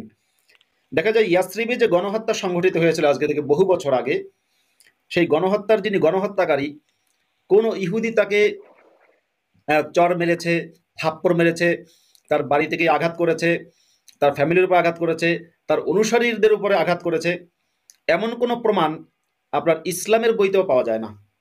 কিন্তু সেই ব্যক্তি অত্যন্ত ঠান্ডা মাথায় শিশুদেরকে হত্যা করেছে। সব শিশু না, তার একটা ক্রাইটেরিয়া ছিল, সেই ক্রাইটেরিয়া অনুযায়ী শিশুদেরকে হত্যা করেছে, যুবকদেরকে হত্যা করেছে, আর নারীদেরকে দাসী বানিয়ে তাদেরকে যৌন দাসী বানিয়ে তাদেরকে সারা জীবন ধর্ষণ করেছে। এই যে এইরকম চিন্তা আসতে পারে কেবল মানে উগ্র ধর্মীয় বিশ্বাস বা উগ্র বিশ্বাস এরকম চিন্তা দিতে পারে। যেমন হিটলারের একটা বিশ্বাস ছিল, সেটা ধর্ম বিশ্বাস না, সেটা হচ্ছে উগ্র জাতীয়তাবাদী বিশ্বাস, জার্মানরা শ্রেষ্ঠ জাতি আর ইহুদিরা কখনো জার্মান হতে পারে না। এই বিশ্বাস থেকে হিটলার কিন্তু ইহুদিদেরকে নৃশংসভাবে হত্যা করেছিল, আমরা জানি। হুম ঠিক একইভাবে এই খুনি ডালিমের যে মেন্টালিটি, সে কিন্তু হিটলার মার্কা মেন্টালিটি। একইভাবে যে ইলিয়াস, যে হুম জঙ্গিটার হুম হুম লাইফে আসলো, হুম হুম আমি দেখলাম মানে খুনি ডালিমের চেয়েও ইলিয়াসের উগ্রতা, ঘৃণা আরো বেশি। ইলিয়াস যদি পারে, সত্যি কথা, ইলিয়াসের যদি ক্ষমতা থাকে বা ক্ষমতা থাকতো, ইলিয়াস যদি ওই সময় 1975 সালের ওই সময় যদি সে আর্মির একজন অফিসার হতো, সে এই কাজই করত। এই কাজই আজকের করতো। দিনে আজকের দিনেও যদি ইলিয়াস সুযোগ পায়, সুযোগ পেলে সে মানুষের সাথে এটাই করবে। হুম এগুলো মানে চরম ঘৃণা থেকেই এটা আসতে পারে এবং বিশ্বাস থেকে আসতে পারে। এই বিশ্বাসটা খুব বিষাক্ত, খুব ভয়ঙ্কর। এই যে ধর্ম এরা বিশ্বাস। এরা আসলে মেটিকুলাসলি হিপনোটাইজড। এরা একটা প্রোগ্রাম করা ব্রেন। আপনি তো হ্যাঁ, আমার হ্যাঁ, হ্যাঁ। চেয়ে বেশি ভালো জানেন। মানে হুম। ওই ট্রেনিং করে প্রোগ্রাম করে না মাথাটা, হ্যাঁ, হ্যাঁ, এরকম হ্যাঁ। প্রোগ্রাম করা একটা ব্রেন। ও এটার বাইরে আর কিছু ভাবতে পারবে না। এটার বাইরে আর হ্যাঁ। কিছুই ভাবতে দেখেন, মাসুদ ভাই, আমি একদম আমার আমার বিশ্বাসের কথাটা বলি। আমি যদি কখনো দেখি যে 20টা মানুষ শুধু মুসলমান বলে তাদেরকে হত্যা করা হয়েছে, আমি এটা তীব্র প্রতিবাদ করব। হুম, হুম, হুম। আমি, হ্যাঁ, সেটা যদি একদল হিন্দু গোষ্ঠী করে, যে তার কি অপরাধ? তার অপরাধ হচ্ছে তারা মুসলমান। এই জন্য যদি হুম, একটা হিন্দু গোষ্ঠী, খ্রিস্টান গোষ্ঠী বা ইহুদিরা, আপনি যার কথাই বলেন না কেন, হুম, আমি হুম। এটা কখনো মানবো না। ঠিক ঠিক একই রকম ভাবে, ঠিক একই রকম ভাবে হিন্দু বলে তাকে আমার ঘৃণা করতে হবে, তার লেখা একটা গান আমি নিতে পারবো না, আমি আমি তার সাথে মিলেমিশে চলতে পারবো না। তো যেই মতবাদ কিংবা বাদ কিংবা ইজম আমাকে আলাদা করছে, ভালোবাসার কথা বলছে না, আমাকে মানুষ চিনাচ্ছে না, আমাকে চিনাচ্ছে মুসলমান, হিন্দু, খ্রিস্টান, মানি না আমি এটা। আমি মানি না। আমি আপনাকে চিনি, আপনি মানুষ, আমি আমি মানি, আমি আমি একজন মানুষ। এখন আমার একটি কথা হচ্ছে যে ধর্ম ব্যক্তির জন্য, রাষ্ট্র জনগণের জন্য। সংবিধান রাষ্ট্র পরিচালনা করে, ধর্ম আপনাকে পরিচালনা করে। হুম, তো হুম, হুম। এই যে ধর্ম দিয়ে একটি রাষ্ট্রনীতি নির্ধারণ করা এবং দেশ চালানোর চেষ্টা, তাহলে আপনি প্রথমেই একটি নির্দিষ্ট গোষ্ঠীর জন্য ওই মানচিত্রটাকে আপনি আবদ্ধ করে ফেললেন, সব মানুষের জন্য না, দেশ সবাই। এই জন্যই একটি দেশে যদি 95% খ্রিস্টান হয়, হিন্দু হয় কিংবা মুসলমান হয়, সেই দেশটি সংবিধান অনুযায়ী চলবে। কারণ ওই একটা মানুষের জন্য ওই দেশটা, হ্যাঁ, হ্যাঁ, হ্যাঁ। 5% অবশ্যই। মানুষের জন্য ওই দেশটা। হুম, হুম। ধর্ম আপনাকে আমাকে পরিচালিত করতে পারে, রাষ্ট্র না। হ্যাঁ, তো হ্যাঁ। এই এই যে জালিম ডালিমদের মুশকিলটা তো আমাদের সংবিধান। কারণ আমাদের সংবিধানে শুরুতেই বলা আছে, একদম শুরুতে বলা আছে, জনগণ সকল ক্ষমতার মালিক, সকল হুম, হুম। কিছুর ঊর্ধ্বে। হুম, হুম, হুম। মানে সর্বোচ্চ শক্তি মানে হচ্ছে জনগণ জনগণের। সকল ক্ষমতার উৎস। হ্যাঁ, জনগণকেই সকল উৎস। ক্ষমতার উৎস হ্যাঁ, বলা হয়েছে। উৎস। এবং সে সুপ্রিম পাওয়ার, কারণ এই সংবিধানটা তৈরি হয়েছে জনগণের জন্য। ওইখানে কনফ্লিক্ট হয়, হুম, হুম, হুম। ওইখানে সমস্যাটা হয় যে মানুষ কেমনে একটা কিছুর পাওয়ার থাকে। কিন্তু অদ্ভুত ভাবে আপনি দেখেন, সেই মধ্যযুগের দিকে যেন আমরা ফিরে যাচ্ছি। আপনি সেই মধ্যযুগীয় ইউরোপিয়ান প্র্যাকটিস দেখেন, গ্রিকদের প্র্যাকটিস দেখেন, ইজিপশিয়ানদের প্র্যাকটিস দেখেন।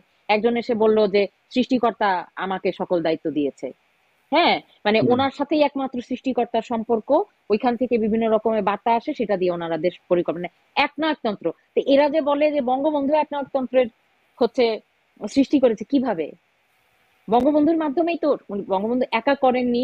এই সংবিধানটা প্রণীত হয়েছে কি করে? তা উনি তো শুরু থেকে একনায়কতন্ত্র প্রতিষ্ঠা করতে পারতেন। আসলে স্বৈরাচার বলেন, একনায়কতন্ত্রের কথা বলে বলতেছে যে এই জন্য তাকে হত্যা করাটা জায়েজ বা এরকম জায়গা। উনি একনায়কতন্ত্র কোথা থেকে? আমি জানি এর পরবর্তী কি বলবে, বাকশাল নিয়ে কথা তুলবে, আরো অনেক কিছু বিষয় নিয়ে কথা বলবে। আজকে আমাদের সময় কম, আমি এই জন্য অত হুম, আলোচনায় যাব না। মানে হুম, যারা একটু পড়াশোনা যদি একটু করি না আমরা, একটু নিজেদের মতো করে যদি একটু চিন্তা করি, আপনি একটু আগে থেকে আসেন, 1947 সাল থেকে আসেন, 1969 দেখেন, 1970 দেখেন। হ্যাঁ, এই দেশে বঙ্গভঙ্গ ওনারা যে এত লাফাচ্ছে, হিন্দুদের পিছনে যে এত বিদ্বেষ ঘটাচ্ছে, তো ব্রিটিশরা এসে তো এটা ভেঙে দিয়ে গেছে। আপনারা আজকে কমপ্লেন করেন না, খ্রিস্টিয়ান মানুষরা, though I am from a Christian family, please আমার আত্মীয় স্বজন কেউ দেখলে বোঝার চেষ্টা করেন। আপনারা দেখতে পান না যে খ্রিস্টিয়ানরা এসে এখানে এগুলা বিভক্তি করে দিয়ে গেছে? তারা কাফের না? একটা তৃতীয় শক্তি, সবসময় তৃতীয় শক্তির, এবং এইবার আন্দোলনে 2024 সালের আন্দোলনে আমি দেখতেছি তৃতীয় শক্তি ঢোকে এখানে। পিটার হাসের এত মাথা ব্যথা কেন বাংলাদেশ নিয়ে? তখন তো আপনারা বলেন না যে দেশ বিক্রি হয়ে যাচ্ছে আমেরিকার কাছে, খালি সবকিছুতে ভারত নিয়ে কথা বলতেছেন। ভারতের একটাই দোষ, তারা হিন্দু। খ্রিস্টান হলে অসুবিধা নাই, হুম। খ্রিস্টান হলে কোনো অসুবিধা নাই। আপনি আজকে সেন্ট মার্টিন নিয়ে যেতে চাচ্ছেন, সেন্ট মার্টিন নিয়ে যেতে চায়, তার কারণ হচ্ছে আমাদের সাগর সীমানায় 8টা ভাগ করা আছে, তার মধ্যে 3টার মধ্যে ধারণা করা হয় যে তেল আছে। আর তেল কোথাও গন্ধ পাইলে মার্কিনীরা কি করে এটা তো আপনারা জানেন, আমার বলতে হবে না, এখানে অনেক মানুষই জানেন। তা আমাদেরকে মিলেমিশে থাকতে দিবে না, তার সবচেয়ে বড় সুবিধা কি?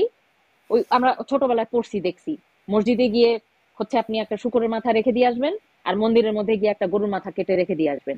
এই গরুর মাথা রাখা আর শুকরের মাথা রাখা যারা করে, তারা তারা তারা কোন ধর্মের, এটা আপনারা একটু ভেবে বের করে চিন্তা করে নিয়েন, দেখেন। ভাই, আমার কথা হচ্ছে একটাই, ধর্ম আপনাকে পরিচালনা করুক, কিন্তু রাষ্ট্র কখনো একটি ধর্ম দ্বারা পরিচালিত হইতে পারে না। আমি সকল ধর্মের প্রতি প্রেম ভালোবাসা, আমি যেহেতু বললাম আমি জালালউদ্দিন রুমির একজন ভক্ত, আমি তাকে অন্তরে ধারণ করি। সো এই যে তৃতীয় শক্তিগুলাকে আসতে দিবেন না মাঝখানে। আর এই এই কি জানি ছ্যাঁচড়া লেভেলের একজন আহ, আহ, কি বলবো দুর্নীতিবাজ। হুম, দুর্নীতির একটা লেভেল থাকে, আপনাদেরকে আমি এক্ষুনি এখন পড়ে ছ্যাঁচড়া লেভেলের একটা দুর্নীতিবাজ লোক, সে আপনাদের কাছে এখন একটা গ্রেট লিডার, সে ইন্টারভিউতে কি বলছে সেই কথা আপনারা বিশ্বাস করে ফেলেন।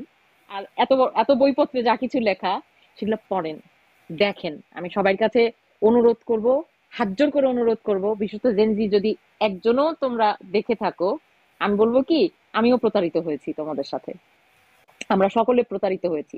আমরা যারা প্রতারিত হয়েছি, এটা আমাদের দোষ না। যারা আমাদেরকে প্রতারিত করেছে, আমাদের আবেগকে নিয়ে খেলেছে, আমাদের সরল মনের বিশ্বাস নিয়ে খেলেছে, তারা চলে যাবে এমনি করে? এই জালিম ডালিম এসে একটা কথা বলে চলে যাবে? আমাদের লড়াইটা আসলে এখনো শেষ হয় নাই। তোমরা যারা রাস্তায় নামছিলা, রাস্তায় আমাদেরকে থাকতে হবে, এই এতগুলো শিশু হত্যা হয়েছে, সব আওয়ামী লীগ করে নাই। আমি গ্যারান্টি আচ্ছা করে বলছি সব আচ্ছা, আওয়ামী লীগ করে একটু নাই। আমি একটু আমি এই আওয়ামী লীগ করেছে কি বিএনপি করে আসলে শুনবো, আমি একটু বলি। এই যে ৩ লাখ আর ৩০ লাখের বিতর্ক তোলা হচ্ছে, আজকে যারা ৩ লাখ এবং ৩০ লাখের বিতর্ক তুলছে তাদের কথা শুনলে মনে হয়, প্রথম কথা ৩ লাখ ৩০ লাখের বিতর্কে আমি যাচ্ছি না, মানুষ খুন হয়েছে। যদি ৩ লাখ হয় তাদের স্বীকারোক্তি অনুযায়ী ৩ লাখও যদি হয়, ৩ লাখ কি কোনো সংখ্যা না? আজকে এই যে ৩ লাখ ৩০ লাখের বিতর্ক যারা তুলছে মানে ডালিম বাহিনী, তারা বাংলাদেশে বিগত জুলাই আগস্টের আন্দোলনের সময়ে নাকি ১,৫০০ মানুষ মারা গেছে। তাদের ভাষ্য মতে ১,০০০ থেকে ১,৫০০, যদিও অনেক অনেক, যদিও অনেক মৃত ব্যক্তিরা আবার কবর থেকে ফিরে আসা ফিরে শুরু আসছে, হয়েছে। দেখতে পাচ্ছি যাই হোক, আমরা সেটা। যাই হোক, আমি যদি ধরি ১,০০০, ওদের ভাষ্য মতে ১,০০০ হোক, তা ওরা ১,০০০-এর কে খুব গুরুত্ব দিচ্ছে, জুলাই শহীদ, জুলাই শহীদ, জুলাই শহীদ। তাহলে ১,০০০-এর তিন খুব লক্ষ গুরুত্ব দিচ্ছে। তাদের কথাই যদি মেনে নেই, ৩ লক্ষ, এটাই আঠারো মানে ওরা ১৯ কোটি মানুষের মধ্যে আপনি ১,০০০ মানুষের, আমি কোনো মৃত্যুকে জাস্টিফাই করি না, একটি হত্যাও দুঃখজনক, কিন্তু হুম, তাদের কথার পরিপ্রেক্ষিতে আপনার কথাটা আমি একটু লুফে নিলাম। হুম, ১৯ কোটি মানুষ কিংবা ১৮ কোটি মানুষের মধ্যে ১,০০০ জন মানুষ মৃত হয়েছে, আর তখন আমাদের জনসংখ্যাই ছিল ৭ থেকে ৮ কোটি মানুষ। তার মধ্যে যদি তাদের কথা সত্য হয়, সত্য হচ্ছে ৩০ লক্ষ মারা গিয়েছে, কিন্তু তারা বলেছে ৩ লক্ষ, তাদের কথাও যদি সত্য হয়, তাহলে সেই ৩ লক্ষ মৃতের জাস্টিফাইড। মানে এরা এত বড় হিপোক্রেট যে ১,০০০ মানুষকে মেরে ফেলেছে, আর ৩ লক্ষ আসলে বলে ও ৩০ লক্ষ না, মাত্র ৩ লক্ষ। মানে মানে এটা কি? অনেকটা যেন হ্যাঁ আমি চুরি করছিলাম, কিন্তু ওই যে তোমরা বলো ২০০ বড়ি করছি, অতটা না, এই ১ বড়ি করছিলাম। মানে পাপের ভার কমায়, পাপের হ্যাঁ, ভারটা কমায়, তা থেকে তো পাপ মোচন হবে না, তা থেকে তো আপনি সম্পূর্ণ পাপে। আপনার কাছে প্রশ্ন, দর্শকদের কাছে প্রশ্ন, ওনাকে যখন বুদ্ধিজীবী হত্যা নিয়ে জিজ্ঞাসা করা হলো ১৪ই ডিসেম্বরের, এটার পরিষ্কার উত্তর জালিম ডালিম দিতে পারে নাই কেন? জহির রায়হানের হত্যা নিয়ে যখন তাকে প্রশ্ন করা হচ্ছে, সে ঘুরায়, সরাসরি তো বলতে পারে না, কারণ এগুলো তো মিথ্যা। সে বলতেছে যে আমরা একটা মিটিং করছিলাম, যে ইকোনমি নিয়ে, ব্যুরোক্রেটিক পলিসি কি হবে এগুলো নিয়ে, এগুলো জহির রায়হান ভিডিও করতে চাচ্ছিল, ওনারা ভালো কাজ করতেছে, জহির রায়হান ওটার ভিডিও করতেছে, এজন্য নাকি কে আর করতে পারে, এটা তো তুমি বোঝো নিশ্চয়ই। সরাসরি বলে না যে এটা ভারত বিরুদ্ধ হয়ে যায় না যে তারা ভালো কাজ করতেছে এরকম করে, তাহলে হুম, ভারত নিশ্চয়ই জহির রায়হানকে মারায় ফেলছে বা এরকম কোনো কিছু সরাসরি বলে না, কিন্তু সে খুবই হুম, হুম, টেকনিক্যালি ঘুরায় ফিরায় বলে। এগুলোর একটা আরো সরাসরি পরিষ্কার উত্তর উনি দিতে পারে নাই কেন? কেন হুম। দিতে পারে নাই? সারা জীবন শুনে আসলাম বঙ্গবন্ধু শেখ মুজিবুর রহমানের ছেলে তার বউকে তুলে নিয়ে গেছে, সেটার তো কোনো কথাই বললো না, সে সম্পূর্ণ অন্য টপিকে চলে গেল। এইটা কি আপনারা কেউ লক্ষ্য করেছেন কিনা? না, সে কিন্তু শেখ গল্পের মুজিবুর ভিতরে কিন্তু গল্প থাকে ভাই, না, শেখ মুজিবুর সরল রহমানের গল্প ছেলে তার, থাকে। আমি বলি শেখ মুজিবুর রহমানের ছেলে যে তার বউকে অপহরণ করেছে এটা তো সে অস্বীকারই করেছে, প্রকারান্তরে সে তো অস্বীকার করেছে, সে তো বলেছে কাজটা।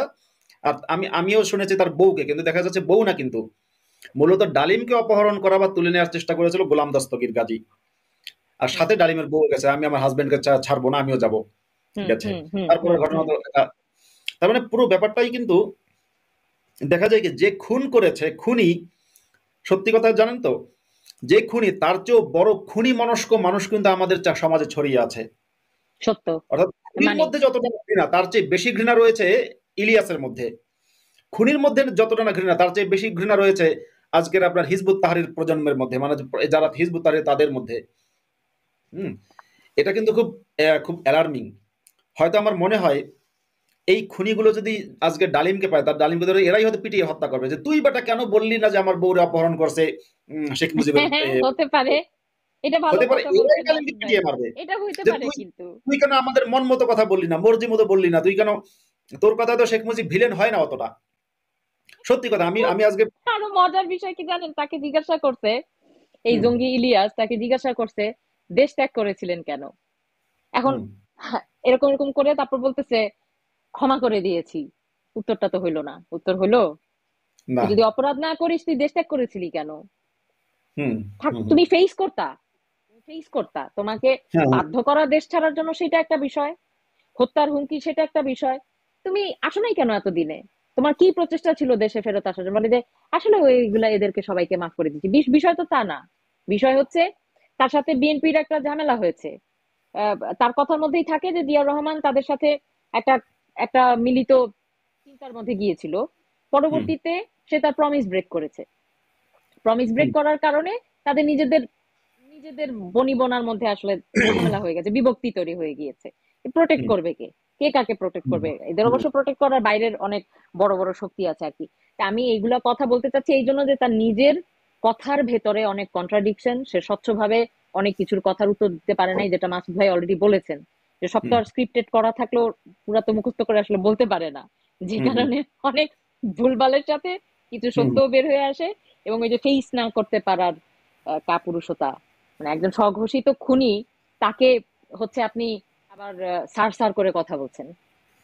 আপনি এবং এখন এবং ইলিয়াস দেখুন, সম্পর্কে যেটা বললেন আর কি, মানে হ্যাঁ, ঘৃণ্য, ও তো একটা ঘৃণ্য প্রাণী আসলে, ইলিয়াসের কি বলবো ইলিয়াসের ওকে। বসের আমি রিসেন্টলি ইলিয়াসের বসের একটা ভিডিও দেখেছি। জি। ইলিয়াসের বসের নাম হচ্ছে চিনাকি ভট্টাচার্য।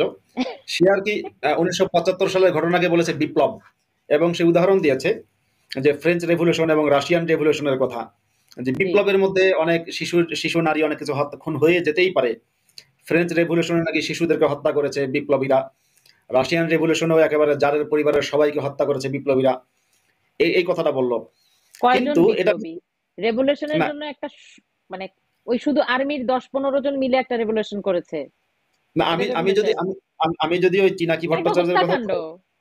হত্যা না, আমি যদি চিনাকি একটা ভট্টাচার্যের কথা হত্যাকাণ্ড। ধরেও নিই, হ্যাঁ, আমি যদি হ্যাঁ। চিনাকির কথা ধরেও নিই, তবুও বলতে হয় ফ্রেঞ্চ রেভলিউশনের পরে বিপ্লবীরা কি ফ্রান্স থেকে পালিয়েছিল? না, রাশিয়ান রেভলিউশনের পরে কি বিপ্লবীরা রাশিয়া থেকে পালিয়েছিল? না। ফ্রেঞ্চ রেভলিউশনের পরে তো সেই বিপ্লবীরাই সরকার গঠন করেছে। রাশিয়ান রেভলিউশনের পরে তো বিপ্লবীরাই সরকার গঠন করেছে, তাহলে এবং আজকের দিন পর্যন্ত সেই বিপ্লবীরাই, মানে অর্থাৎ তারা স্বাভাবিকভাবে তাদের তাদের প্রজন্ম, তাদের পরবর্তী প্রজন্ম আজকের রাশিয়াতে আছে তারা। এরা তাহলে পালালো কেন? এরা যদি হ্যাঁ, বিপ্লবী হয়, এরা পালিয়েছে কেন? এবং আজকের দিনে কেন তারা ফিরতে পারে না? আমি বুঝলাম যে ঠিক আছে, আপনার বিভিন্ন সময় তারা ফিরতে পারেনি। তাহলে আগামীকাল এই খুনি ডালিম বাংলাদেশে ফিরে যাক। আগামীকালকেই আমি তো আমন্ত্রণ জানাচ্ছি খুনি ডালিমকে, যে আপনি ওই চিনাকি ভট্টাচার্যের কাছ বাংলাদেশে থেকে, ফেরত যান। হ্যাঁ, আপনি চিনাকি ভট্টাচার্যের কাছ থেকে, চিনাকি ভট্টাচার্য যেহেতু এখন বাংলাদেশের আমিরুল মুমিনিন হযরত আবু তালেব, হুজুররা তাকে আবু তালেব আখ্যা দেওয়া শুরু করেছে। হুম? আমি অবশ্য তাকে বাংলাদেশের বিন লাদেন বলি। তো ঠিক আছে, তার কাছে গিয়ে দোয়া নেন, পানি পড়া খান, পানি পড়া খেয়ে আপনি বাংলাদেশে ফেরত যান। তাছাড়া আপনার পক্ষের সরকার এখন ক্ষমতায়।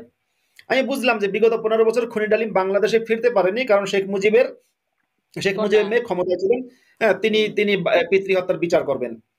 এখন তো আপনারই শিষ্য সাগরেদরাই ক্ষমতায় আছে, হুম। এখন যাচ্ছেন না কেন? এইটা কোন ধরনের বিপ্লবী? বিপ্লবী কি ভয় পায়? না। বিপ্লবী তো এরকম ভীরু হলে হয় না। আমরা ফিদেল কাস্ত্রোকে দেখেছি, ফিদেল কাস্ত্রো তো ভয় পাননি। তাছাড়া চে গুয়েভারা তো ভয় পাননি, বিপ্লবী। যুদ্ধ করেছেন, ফাইট করেছেন, শেষমেশ ধরা পড়েছেন, তাকে হত্যা করা হয়েছে। বঙ্গবন্ধু শেখ মুজিবুর রহমান তো ৭১-এর সময় পাকিস্তানিদের কাছে আত্মসমর্পণ করতে ভয় পাননি, ধরা দিয়েছে। এটা কারণ আচ্ছা, ও কারণ উনি যদি ধরা না দিত ২৬শে মার্চ, ওইটুকু সময়ের মধ্যে আমি আজকে কাদের সিদ্দিকীর একটি ইন্টারভিউ দেখছিলাম যে প্রায় ১ লক্ষর কাছাকাছি মানুষ মারা হয়েছে, এবং ওই বঙ্গবন্ধু এই দেশে আছে, একে খুঁজে বের করো, এই নাম করে তারা আরো লক্ষ লক্ষ হত্যা করতো। উনি তো অনেক দূরদৃষ্টি হ্যাঁ, সম্পন্ন একজন নেতা, অবশ্যই আমার জাতির পিতা। উনি উনি তো, ওনাকে তো মেরে ফেলতে পারতেন। উনি তো ওনার দেশের জনতা কিংবা মানুষের জন্য যে আচ্ছা ঠিক আছে সামনে গেছেন, ভয় এবং পাননি এবং তো। তারা এবং বিপ্লব করে ভয় পাচ্ছে কেন? এবং এরা যে একটা কনস্পিরেসি থিওরি দেয় যে শেখ মুজিব হচ্ছে ধরা দিয়েছেন ইসের জন্য, আপনার কি বলে, ধরা দিয়েছেন হচ্ছে আসলে বাংলাদেশের স্বাধীনতা চাননি, স্বেচ্ছায় ধরা দিয়েছেন। তাহলে তো দুনিয়াতে যারা যারা অ্যারেস্ট হয় তারা সবাই স্বেচ্ছায় ধরা দেয়। ধরুন খালেদা জিয়াকে একসময় শেখ হাসিনা অ্যারেস্ট করেছিলেন, তার মানে কি খালেদা জিয়া ইচ্ছাকৃতভাবে ধরা দিয়েছে? দোষটা খালেদার। কখনোই নয়, হুম। কখনোই নয়। আর তারপর রাজবন্দী। তারপর তারপরে ধরুন যে সালাউদ্দিন কাদের চৌধুরী রাজাকার, সে তাকে ধরেছে। তার মানে এখন যদি আজকে সালাউদ্দিন কাদের চৌধুরীর বিপক্ষে লোকেরা বলে আসলে তো সাদা সাকা চৌধুরী ইচ্ছাকৃতভাবে ধরা দিয়েছে, তার তো ধরা দেওয়া উচিত ছিল না, এটা তো হয় না। শেখ মুজিব হুম ধরা দিয়েছেন, তাকে যে ব্যক্তিকে অ্যারেস্ট করে নিয়ে গেল, তা অ্যারেস্ট করে নিয়েছে তার দেশের মানে অর্থাৎ বিদ্রোহের কারণে। হুম এখন না না, তিনি আসলে ধরা দিয়েছেন ইচ্ছাকৃত, অনেকে কেউ স্বেচ্ছায় ইচ্ছাকৃত আগ্রহ করে জেলে যেতে চায়। এটা এগুলো তো না জীবন এত শুনিনি ভাই। এদের এদের মানে না, অশিক্ষিত কাকে বলে, এবং এই মূর্খ বিবৃতি শুনে আবার দেখি ইয়াহু ইয়াহু করছে একটা একটা জেনারেশন। মানে দারুণ লজিক আসলে আপনি দাঁড় করিয়েছেন, ধন্যবাদ আপনাকে, অনেক ধন্যবাদ। আসলে এমন একটা সমস্যা কি জানেন তো, আমি একটা কথা প্রায়ই বলি, যাই হোক এখন শেষ করে দেব, শেষে নিশ্চয়ই। শেষে আপনার বক্তব্য নেব। যে আমি একটা কথা বলি যে মাদ্রাসা মনস্ক আমাদের দেশের যারা মাদ্রাসায় পড়ে তারা তো মাদ্রাসার ছাত্র শিক্ষক, ওদেরকে আমি ভিকটিম বলি, ওদেরকে আমি ঘৃণা করি না, কারণ আমিও মাদ্রাসায় পড়েছি। আর আরেকটা জেনারেশন আছে যারা হচ্ছে স্কুল কলেজ ইউনিভার্সিটিতে পড়ে কিংবা অশিক্ষিত, এরা মাদ্রাসা মনস্ক, এদের সবাই না, এদের অনেকেই মাদ্রাসা মনস্ক, মানে মাইন্ডসেটটা মাদ্রাসার মতো। জি। এটাই এই যে জঙ্গি ইলিয়াস বলেন, সেও মাদ্রাসা মনস্ক। কারণ জঙ্গি ইলিয়াসের বিরুদ্ধে তার দলের লোকেরা, আমি অন্যের কথা বলছি না, শত্রু পক্ষের না, তার দলের লোকেরা জঙ্গি ইলিয়াসের বিরুদ্ধে অনেকগুলো অ্যালিগেশন নিয়ে আসছে, সেগুলো ইউটিউবেও আছে। সে তার ছেলেকে আছাড় মেরেছে, আছাড় মেরে পাক ভেঙে ফেলেছে, এরকম কথা শোনা যায়। বউ পেটায়, একাধিক বিয়ে করেছে, নারী নির্যাতনের ব্যাপারে অভিযোগ আছে। আমি জঙ্গি ইলিয়াসের স্ত্রী এখন কে আমি জানি না, আমার জানার কথাও না, কারণ তার স্ত্রী নিশ্চয়ই হয়তো হিজাব পর্দার মধ্যে থাকে। জঙ্গি ইলিয়াসের স্ত্রী যদি কোনোদিন লাইভে এসে বলে যে না না, আমার হাজবেন্ড ইলিয়াস আমাকে পেটায় না, আমি কখনোই মনে করবো না এই কথা সে বলবে, কারণ সে মার খায়। আমাদের দেশে অনেক মেয়ের আছে মার খেয়ে অভ্যস্ত, মানে হাজবেন্ড তো সারা জীবনই মার খায়। আর জঙ্গি ইলিয়াস যে পরিমাণ উগ্র, এ বউ পেটায়, তার দলের লোকেরা বলেছে, সুতরাং অবিশ্বাস করার কিছু নেই। তার তার সাথে যাদের ঘনিষ্ঠ সম্পর্ক আমেরিকাতে, তার সাথে যাদের ঘনিষ্ঠ সম্পর্ক, তারা ইলিয়াসের অভিনয়, অর্থ আত্মসাৎ, কথায় কথায় কান্না করতে পারে। জ্যাকব মিল্টন বলেছে, জ্যাকব মিল্টন, এরপরে হচ্ছে আপনার ওই যে নাগরিক টিভি নামে একটা আমেরিকা ভিত্তিক টিভি চ্যানেল আছে, যদিও প্রচুর গুজব ছড়ায়, প্রচুর গুজব ছড়ায়। কিন্তু এরা ওই বিএনপি জামাতপন্থী, হুম মেইনলি জামাতপন্থী। এরাও কিন্তু এরাই কিন্তু ইলিয়াসের বিরুদ্ধে যা বলেছে, ইলিয়াস সম্পর্কে বোঝার জন্য এটুকুই যথেষ্ট। তো এই যে মাদ্রাসা মনস্ক জেনারেশন, মানে ডালিমও একটা মাদ্রাসা মনস্ক, তারপরে ময়লানা ভাসানী তো পুরাই মাদ্রাসা মনস্ক ছিলেন। যদিও আজকের আলোচনার টপিক ময়লানা ভাসানী না, ময়লানা ভাসানীর ভালো গুণও ছিল অনেক, একজন ভালো নেতা, কিন্তু ভালো পাশাপাশি এই নেতা। যে একটা একটা মানে একটা বদ্ধ বিশ্বাস যে চীন আমাদের জন্য কল্যাণকর, পাকিস্তান আমাদের জন্য কল্যাণকর, ভারত আমাদের জন্য ক্ষতিকর, এই বদ্ধ বিশ্বাসটা থেকে বেরোতে হবে। হুম যে আপনাকে হুজুররা মোল্লাই শিখাই দিয়েছে ভারত আমাদের দখল করবে, ওইটা বাদ দিয়ে আপনি আপনার চোখ ব্যবহার করেন। চোখে দেখুন, খাচ্ছেন ভারতীয় পেঁয়াজ, খাচ্ছেন ভারতীয় আলু, খাচ্ছেন ভারতীয় ডিম, এসব খাওয়ার পরে বলছেন ভারত বয়কট। আরে বয়কট করে হবেটা কি আপনার? বয়কট করে তো নিজের নিজের লস হবে। বয়কট করছেন কি জন্য? অন্য একটা দেশকে আর একটা অমুসলিম দেশকে সুবিধা দেওয়ার জন্য। সত্যি কথা কি, আজকের যে ভারত বিদ্বেষ আমরা বাংলাদেশে দেখতে পাই, এটা এটা মেইনলি এখানে স্পন্সর হচ্ছে চায়না, কারণ চাইনিজদের এখানে প্রফিট আছে। আপনারা দেখতে পাবেন বেনিফিট টাকার। বাংলাদেশে যদি ভারত বিদ্বেষ তৈরি হয়, সেটা পাকিস্তানের বেনিফিট কম, পাকিস্তানের খুব একটা বেনিফিট নেই। সুতরাং পাকিস্তানকে আমি দায়ী মনে করি না, সবচেয়ে বেশি বেনিফিট চীনের। কারণ চীনের একটা উদ্দেশ্য আছে, বাংলাদেশের রংপুর বা এই উত্তরবঙ্গের যে অঞ্চল থেকে আপনার চিকেন নেককে যদি চীন দখল করতে পারে, তাহলে ভারতের পূর্বাঞ্চলীয় প্রায় অনেকগুলো স্টেটকে সে দখল করতে পারবে। অলরেডি সেই স্টেটকে সে ক্লেমও করে। অরুণাচল, মিজোরামকে চীন কিন্তু ক্লেম করে, যেটা আমাদের লাদাখকে ক্লেম করে। আর পাকিস্তানের এত ক্ষমতা নেই, সত্যি কথা, পাকিস্তানের এখন আর্থিক অবস্থা এবং বিভিন্ন কারণে এত খুব দশা। খারাপ, তারা নিজেরাই খেতে পাকিস্তান পায় না। পাকিস্তানের এত ক্ষমতা নেই যে বাংলাদেশে তারা বসে বসে ভারত বিদ্বেষ উৎপাদন করে ভারতের ভূখণ্ড দখল করবে, সে ক্ষমতাই নেই, চীনের আছে। সুতরাং এই পুরো ব্যাপারটা যেটা বাংলাদেশে ভারত বিদ্বেষ 1971 সাল থেকে, পুরোটাই আমি মনে করি এটা আপনার এই মানে এক ধরনের চীনের পক্ষ থেকে তৈরি করা, এবং এগুলোকে দেওয়া। চীনের কমিউনিজম নিয়ে আমার কোনো আপত্তি নেই, আমার কথা হচ্ছে চীনের যে কি বলে দ্বিমুখী দ্বিমুখী যে নীতি, নিজেদের দেশে চাই কমিউনিজম আর বাংলাদেশে চাই ইসলাম। চীনের মধ্যে থাকবে কমিউনিজম, সেখানে মাদ্রাসা, চীনে কোনো মাদ্রাসা নেই, কমই মাদ্রাসা নেই। চীনে অনেক মুসলমান, বেশ কয়েক কোটি মুসলমান আছে, কোনো কমই মাদ্রাসা নেই। কিন্তু দেখুন বাংলাদেশে এবং ভারতে যারা চীনপন্থী, তাদের মুখে সারাক্ষণ শুধু মাদ্রাসা আর মাদ্রাসা। এরা নিজেদের সন্তানকে পড়তে পাঠাবে হয়তো জেএনইউতে অথবা যাদবপুর বিশ্ববিদ্যালয়ে কিংবা ঢাকা বিশ্ববিদ্যালয়ে কিংবা আপনার অক্সফোর্ডে কিংবা হার্ভার্ডে পড়তে পাঠাবে। কিন্তু এদের মুখে সারাক্ষণ শুধু স্লোগান হচ্ছে মুসলমানদের জন্য মাদ্রাসা চাই, মাদ্রাসা শিক্ষা ভালো, মাদ্রাসা শিক্ষা ভালো, এগুলো। এই যে স্ববিরোধিতা, এটা খুবই খারাপ। এই যে আমরা দেখলাম যে এই যে খুনি ডালিমের স্ববিরোধিতা, তারপরে ইলিয়াসের স্ববিরোধিতা, এই এদের মধ্যে কিন্তু প্রচুর প্রচুর স্ববিরোধিতা পাবেন, শুধু এদের মধ্যে না। সেদিন আমার একজন বন্ধুর সাথে দেখা হলো, উনি বললেন, এর আগেও শুনেছি, আমি জানি এরকম অনেকগুলো ঘটনা। এই ঘটনাগুলো এরকম, থাকে কানাডায়, তো ভদ্রলোক বলছেন যে একসাথে যখন মুসলমানদের সাথে খেতে বসি রেস্টুরেন্টে, তখন তারা ওয়াইন বা বিভিন্ন মদের অর্ডার করে, ভদকা, ওয়াইন এগুলো অর্ডার করে। কিন্তু ওয়েটারকে বলে যে মাংসটা হালাল কিনা। মাংস হালাল হতেই হবে, এবং হালাল সার্টিফিকেটও দেখতে চায়। তোমরা যে দোকান থেকে মাংস কিনেছো, হালাল সার্টিফিকেট আছে কিনা দেখাও। হালাল সার্টিফিকেট থাকলে তবেই তারা মাংসটা খাবে, কিন্তু মাংসটা খাবে ওয়াইনের সাথে। এই যে হিপোক্রেসি, কি বাঙালি কম্বিনেশন! অপূর্ব কম্বিনেশন হিপোক্রেসির। অপূর্ব কম্বিনেশন! যাই হোক, এবার আপনাকে তাহলে লাস্ট বক্তব্য দিতে বলছি এখন। পুরো ব্যাপারটা, আজকের যে আলোচনা হলো, আপনি একটু কনক্লুশন টেনে শেষ করে দিন। আজকে আপনি লাস্ট বক্তা, এরপরে লাইভটা শেষ হয়ে যাবে। আপনাকে আমাদের সাথে যুক্ত হওয়ার জন্য অসংখ্য ধন্যবাদ, আবারও ধন্যবাদ জানাচ্ছি। খুব চমৎকার আলোচনা করেছেন, আবারও আপনাকে আমার লাইভে পেতে চাই। হ্যাঁ, আমিও বলুন। আবার আসতে চাই। আপনাকে অসংখ্য ধন্যবাদ মাসুদ ভাই, আপনি আমাকে এখানে আজকে সুযোগ দিয়েছেন কথা বলার জন্য। কারণ আমি চেষ্টা করেছি যে কিছু সত্য ইতিহাস আসলে আপনার মাধ্যমে, আপনার প্ল্যাটফর্মের মাধ্যমে একটু দর্শক শ্রোতাদের কাছে পৌঁছানোর জন্য। আমি বলবো এই এই জালিম হালিম ডালিমের মেটিকুলাস যে স্বীকারোক্তি আজকে আমাদের আলোচনার বিষয়বস্তু, আহ, এটা স্বীকারোক্তি আসলে যদি বলি যে এটা আমরা 2024-এ এবং আজকে এখন 2025-এর শুরুতে যেটা দেখতে পাচ্ছি বাংলাদেশের পরিস্থিতি, এগুলো অনেক দীর্ঘ পরিকল্পনার সূত্রিতা এবং পূর্ব পরিকল্পিত। এবং এখন বাংলাদেশে যে শক্তিটা আসলে আমাদেরকে আঘাত করেছে, এটা আমাদের সার্বভৌমত্বের বিপক্ষের শক্তি। সেই শক্তিরই একজন এই জালিম ডালিম এনারা। হ্যাঁ। আহ, এবং এর পিছনে তৃতীয় শক্তি রয়েছে, যেটা মাসুদ ভাই একটু আগে বলেছে যে আপনারা চোখটা খুলে দেখেন। আপনাদেরকেও আমি বলবো যে একটু চোখটা খুলে দেখেন, মানে নিজের মতো করে চিন্তা করার একটু চেষ্টা করেন। এবং আমি বলবো যে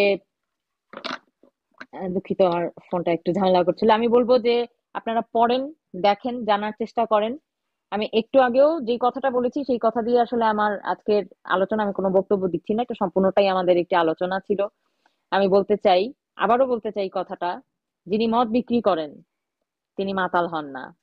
যিনি আসলে ধর্ম ব্যবসা করেন তিনি কোনোদিনও ধার্মিক না।